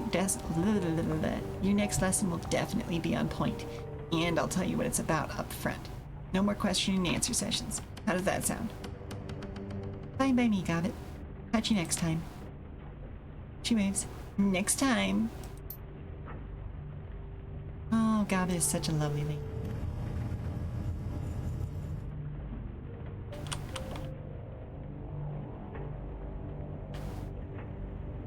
You know, we didn't check in with Gaichu.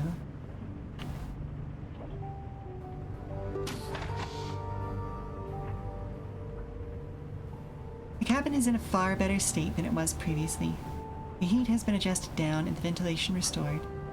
The boxes of junk and parts have been stacked and neatly arranged, and Gaichu's small amount of personal gear is tucked away in a corner. There's a small mat in the center of the cabin that looks like it doubles as both a rug and a sleeping pad. Gaichu is seated in a lotus position, eyes closed. His fingertips rest on a braille reader that is plugged into his PDA. The device fills the room with a soft clicking from the pin connections. As you approach, he lifts his hands from the reader's surface. Hello again, madam. Is there something I can assist you with? Looks like you've carved out a nice little spot here. If you say so. I doubt it would be suitable for others, but I do not require much by way of space, and have few possessions. So long as I have a quiet area in which to sit and relax, I am happy. Now, what is it you wish to discuss? What were you reading? Gaichu jaws himself up, folding his palms in his lap. One toe, he pushes the braille reader away. It is called Hagakure, Hidden Leaves, written by Yamamoto Tsunetomo, as a treatise on what it means to be a samurai, and how one should best serve one's lord. Required reading for Red Samurai, unsurprisingly. Wasn't he forbidden from killing himself when his lord died? Gaichu blinks, obviously surprised. A wide grin crosses his face. You know of him, then? Yes, that is Tsunetomo. His ears die and show his loyalty, but Lord Mitsuhige was had always found that custom to be wasteful. The author has a central thesis. When there is a question of life or death, always choose death. Throw oneself into the fray with no resignations, and act on instinct alone. My current state of affairs speaks the truth of this more robustly than any lesson in a dojo. What's the rest of the book about? Gaichu ticks off the points by unfurling successive fingers. It is partly a manual for proper behavior towards one's lord, partly a rumination on the mindset required to be victorious in combat, and partly a collection of stories. Unetomo believed that to truly embody the virtues of a samurai, adherents should be mindful of their path at all times. Never stop training. Always question how one's actions will reflect on their lord. Above all, be prepared to do your duty instinctively at any time, no matter the cost. If I recall correctly, the author was a bureaucrat who never actually fought anyone, though. Gaichu's lips curl into a slight scowl, but he nods in agreement. That is true. Tsunetomo never fought anyone, and some have criticized him for trying to speak of being a warrior without ever having lifted a sword. But I believe that he has many things of value to say. He cared a great deal about the deeper meaning of samurai. If lived experience is the only path to truth, then all philosophers are fooled.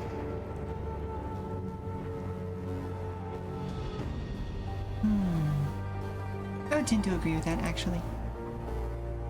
Barking out a sharp, solitary laugh, Gaichu smiles.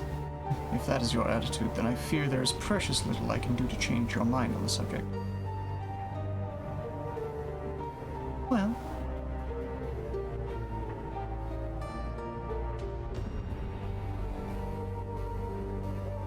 what would he say about your refusal to kill yourself? I suspect that he would not approve of my decision. To him, a commandment to take one's own life was sacrosanct.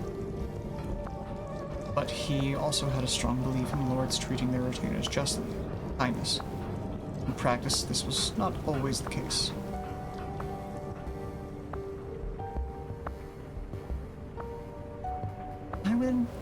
I want to know more about what it's like to be a ghoul. Gaichu cocks his head at you, his milky eyes narrowing mirthfully. Preparing for the eventuality of killing me and collecting the bounty? Make sure you leave my face intact. Prefer to be a well-preserved trophy.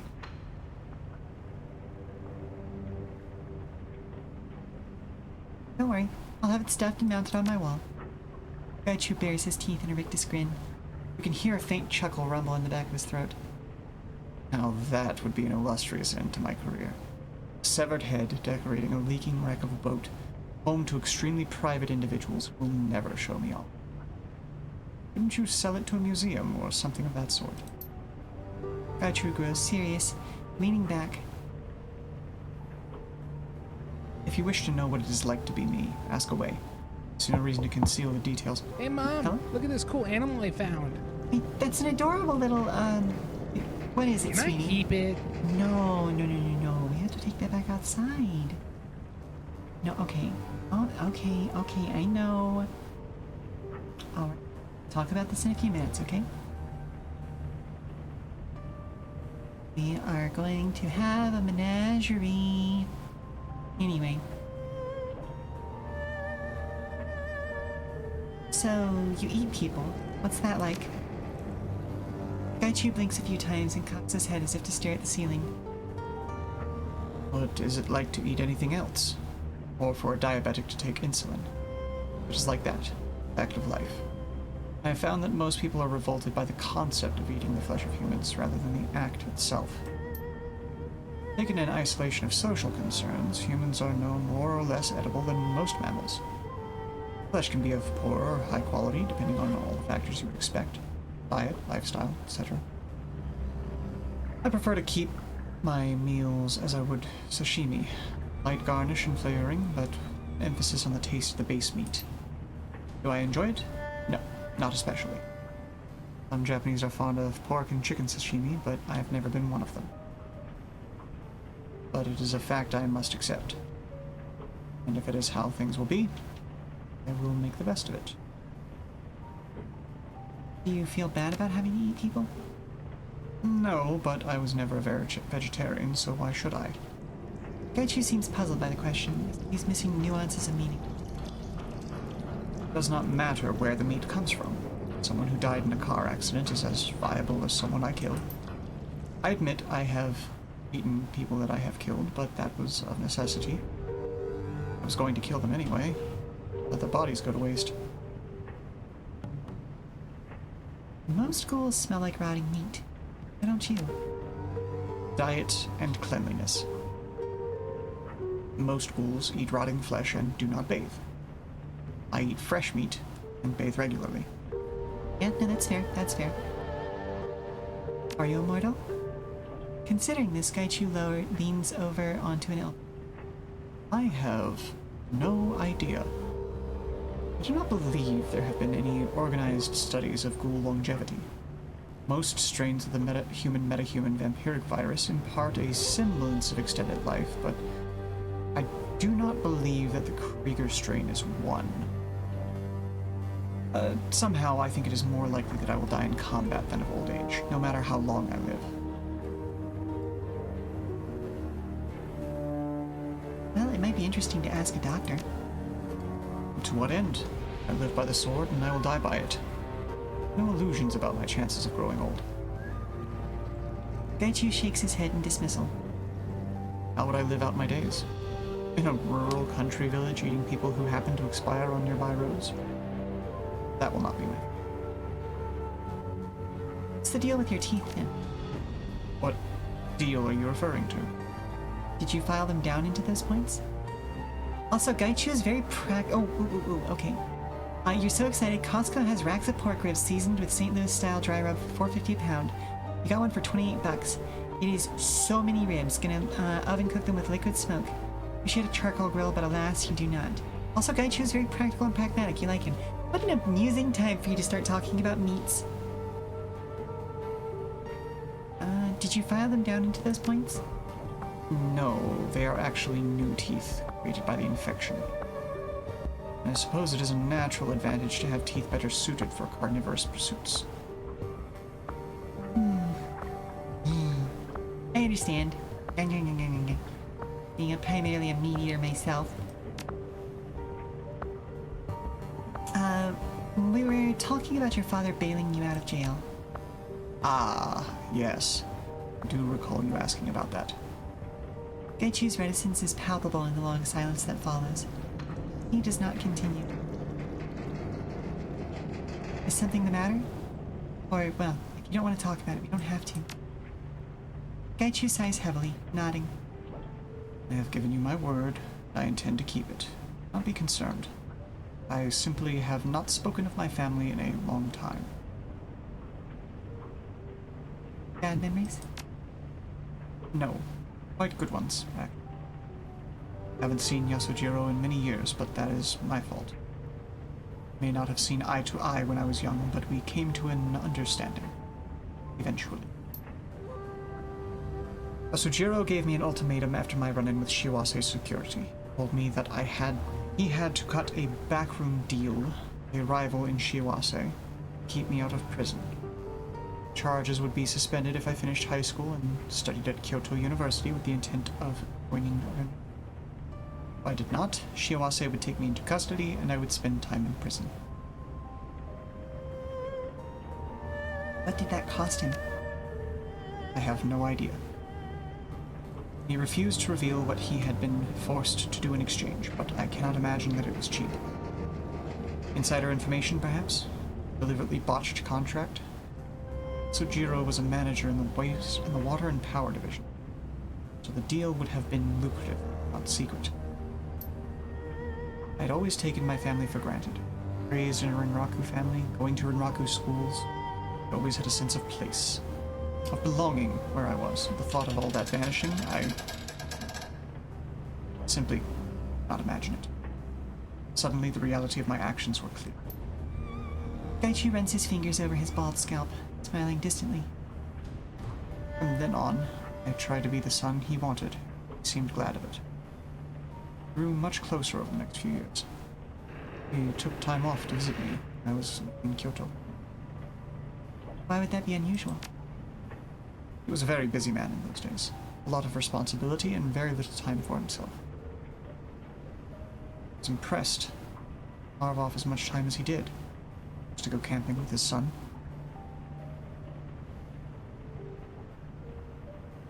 A lot of nice wilderness in that part of Japan, I bet. Very much so. The land around Kyoto is protected from development due to historical and cultural significance. Most of its mountains are considered sacred, so the Diet declared them a national preserve. We made several trips to the area between Kyoto and Nara, around the village of Ide, camped in the mountains above it, hunt wild deer and boar up there, using my father's antique arquebus. It's a strange choice of weapon. It is a choice of expediency. It is nearly impossible for a private citizen to own a firearm in Japan, which is why you may so often read of Yakuza attacks involving swords and cleavers. As the Tanegashima that my family owns is from the 18th century, it is exempt from ordinary regulations. Gaichu chuckles softly to himself. Perhaps ironically, hunting with my father is how I learned to prepare raw meat. Strange to think that such activities served as training for my current state of affairs. So, what's the process? How do you prepare it? First, soak the meat in brine water and simmer it at a low heat for several hours. Let it cool. Repeat the process over several days. It cannot get too hot or I will be unable to eat it. This process brings out the collagen in the meat. When it is done, spice it with ginger and sansho pepper. Again, not too much. Mundane food is anathema to me. Sighing happily, Gaichu stares off into the distance. When he looks back, he smiles broadly at you. Those were good days. I am sorry I cannot go back to those times. When one joins the Red Samurai, one must give up all attachments of one's previous life. The company, the code, and the unit become parity of your world. Even your family ties have to be cut? Especially those. Anything that could distract you from a mission must be purged. Commitment to the unit and the company must be total. Americans must be human, Japanese, and utterly devoted to rocket. Your unit becomes your family, your commanders your father and your mother, your teammates your siblings. Red Samurai are not allowed to reveal our identities and position to anyone outside the special operation. If we wanted friends outside the not have them. So, how did you end up... Oh. Snooze that. How did you end up joining the Rinraku military? Ah, fair question. My youthful indiscretions. Gaichu leans back, his blind eyes turned towards the ceiling. Are you familiar with the Ganbeitai? Aren't they the Japanese political police? Yes. Much like the commissars of the Soviet Union, they are responsible for enforcing political and social orthodoxy. Not only concerned with the army, the Ganbeitai also enforce certain laws with regards to the general populace. It's my understanding they're a Gestapo. That is not entirely accurate, but it is more correct than not. It is an organization with little oversight, broad powers, and simple recruitment. As such, power tends to get the better of most members. When I was enrolled at Kyoto University, I studied global security and political science. It's the major generally used as a gateway to private security postings with both government and corporate militaries. I knew I wanted to fight. As a young man, and my blood was always up. One of the requirements was that students join the Youth Brigade Ganbeitai. Youth Brigade is a bit like the ROTC in North America, Young Falcons of the Sioux Nation, or the District Officer Program for the Republic. Members learn to be soldiers without actually joining an army, perform community service, and provide civic pride. Performance and prestige in the Ganbeitai used to dictate later job opportunities, like a good internship.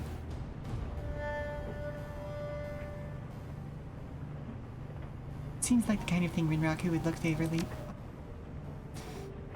When I was in school, the megacorporations looked favorably upon youth brigade service. At the time, the interests of the Emperor and the corporations were aligned. A grand drive to turn Japanese industry to the forefront of the world economy. Good marks from your youth brigade commander were a sure sign that you could be offered a good position with corporate security. And I wanted to be the best. These days, the megacorporations have begun to resist that kind of nationalism in favor of corporate power. Youth brigade service is becoming a black mark and a positive. Gaichu shifts, resting his elbows on his knees as he leans. I do not know if the alternative is any better, though. When I was nearing graduation, I was approached by a recruiter with Rinraku Security. He told me I came from a good family and could have a promising career with the company. He offered to fast-track my application toward a potential Red Samurai position. 3 years with the Rinraku military as a junior officer, and guaranteed placement in a Red Samurai training billet of my choosing. Pay was good. The excitement of being an elite was an attractive option. I accepted. I did not truly understand what I was signing up for. I told you before, they force you to give up everything, except the company and the unit. It was made clear to me, but I did not truly understand it. So what happened? Exactly what you would expect happened. I signed the contract and became a soldier in Rinraku's army. I was physically fit, at the top of my class, and it seemed inevitable I would see my desires fulfilled. Gaichu wraps 2 knuckles on his breastplate. Obviously, succeeded. The training was extremely difficult, both mentally and physically, and I knew that I would be isolated from my old life, but I did not anticipate the full extent of that isolation. All Red Samurai recruits report to a facility called Forge in Chiba. You are assigned a unit. You and 4 other recruits. For the next 2 years, the Forge will be your home and prison. Shaking his head wistfully, Gaichu snorts. It seems ridiculous in retrospect. We were all so young. None of us had any idea what we were doing, except trying to become the best soldiers in the world. Yet those strangers became my new family in the absence of the old. Tell me about the members of your unit. Gaichu wrinkles his nose as if smelling something foul. That chapter of my life is over and done with, and they are no longer part of my world. Why would you care about that? You said they became your surrogate family. That's important. Make a wise point. Commanders should know their soldiers as well as they know themselves. Very well. Gaichu looks down at his hands, picking something out from the cloth. He continues to look at his hands while he speaks. When I was younger, I could have more readily cut off my fingers than tell you what to ask. You must understand that secrecy is absolute among the Red Samurai. Your identity becomes secret, erased from any database that might connect you to the Red Samurai. You use only your code name when in the field, and your given name is known only to your commanders in your unit. Even other Red Samurai units have no idea who you really are. Finally looking up from his hands, Gaichu leans back against the box. Contact with the outside world is cut off completely. Even once training is over, your communications are restricted. Maintaining relationships outside of those you work with is frowned upon. Sounds like a lot of stress. What if a recruit can't take it? Very few recruits get to this point if they cannot handle it. We all underwent stringent psychological tests prior to this point. If a recruit cannot handle it, he and the rest of his team are failed out of the program. The rationale is simple. One member cannot take the training and his unit cannot carry him through. They have all failed. Ishida was our commander. He came from a rich family in Saitama, the kind of family where he was given every advantage possible. The expectation that he would keep the family name prestigious. He was older than the rest of us, as he'd already spent 6 years in the army. A very severe man, rarely given to humor. Takagawa was usually the second in command. As our designated marksman, he tended to have a better tactical view of how an operation should be run. Simply because he needed to study the terrain more. He loved to get us laughing. But then I think I would have gone crazy in the first few months. Our mage's name was Sasaki. She had been in training as a Miko, an apprentice priestess, and her magic began to manifest. She was in the unit for the challenge, and money. Family had always been poor. Always told her she would never amount to anything. I think she joined the Red Samurai just to prove to them that she could do anything she wanted. My kind of attitude, I admit. Gaichu cocks his head and he... I'm unsurprised to hear it. You and Sasaki share similar attitudes. Neither of you stops to consider if your goals are attainable. You simply know that they are. Our heavy gunner's name was Aomori. He kept the team honest with itself. Never had a disparaging word for anyone, but would not hesitate to call someone out for their behavior. Sasaki loved that about him. Really, she loved all of him. The two were discreet, but discretion only goes so far in such a small team. Still, we respected their privacy where possible. Is that kind of thing allowed? If the unit commander allows it, yes. We're given incredibly wide leeway in what to allow or forbid in our unit, the belief being that results were the only thing that mattered. If the unit failed, it would fail as a whole. Sasaki and Aomori were crazy about each other, and it would have done more harm to keep them apart. Lastly, there was me. I was the close quarters and breaching expert. Very first man in the door when we had to clear a room. There was the perfectionist on the team. Aomori could get us to do anything, but I was the one who made certain we did it well. Style. How do you mean? If a thing is worth doing, it is worth doing well. If that thing is also your duty, it is worth doing perfectly. Many times we would perform a drill or exercise well enough, but that was not good enough. I had to trust my life to it. That was why we became one of the best teams in the organization's history. Yeah, that's a thing to be proud of at the very least. Of course it is. Do you think I do not know that? Gaichu sighs heavily. I apologize. It's just that those feelings are still raw sometimes. Even if I were to be cured, I'd never go back. I've been disgraced and I have done unforgivable. I have been cast out for good. What do you mean? Gaichu closes his eyes, sighing through his nose. When they ambushed me in Fukuoka, it was fight or die. I killed 2 of them before I escaped. I will not be returned to the unit, no matter what. He opens his eyes after, shoulders slumping. It is not an easy memory. That's fine, Gaichu. Take your time. Thank you, Adam. I'm sorry, but don't talk about it now. I still need to process the emotions. They're still raw. I am tired. I'm back later and we can talk more. Oh, good timing. Great timing, because save now just in time to send you all off without having to send you off to a commercial again. So, let's head over to the Just Chatting screen and I will see you all. Well, I'll see where I can send you all off to. Whew.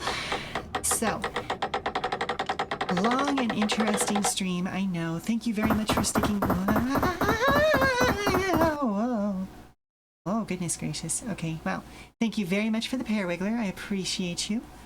But yeah, thank you very much for sticking with me during that one segment I had to miss because of the emergency that happened elsewhere in the come and go. And thank you very much for stopping by, all you weary travelers, and especially to the new followers. I appreciate you.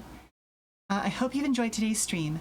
I will be back on Tuesday, June 23rd with a Hightail stream. Sono and I will be finishing up our writer ratings from last week, but they have to deal with VTuber SummerSlam this coming Tuesday, so we had to delay it until the following week. That means that we will have a chance to make some good progress on the Hightail Come and Go, though, so I'm happy to keep chugging along nonetheless. For more information about future streams, keep an eye on our Blue Sky at Come and Go Tavern for announcements and daily check-ins from the Come and Go. I have been your hostess, Sheela Ornthalis, and if you need to prop your feet up for a little while longer, we've got some more entertainment coming up soon via a raid. So let's see who is online right now. YouTube Bill.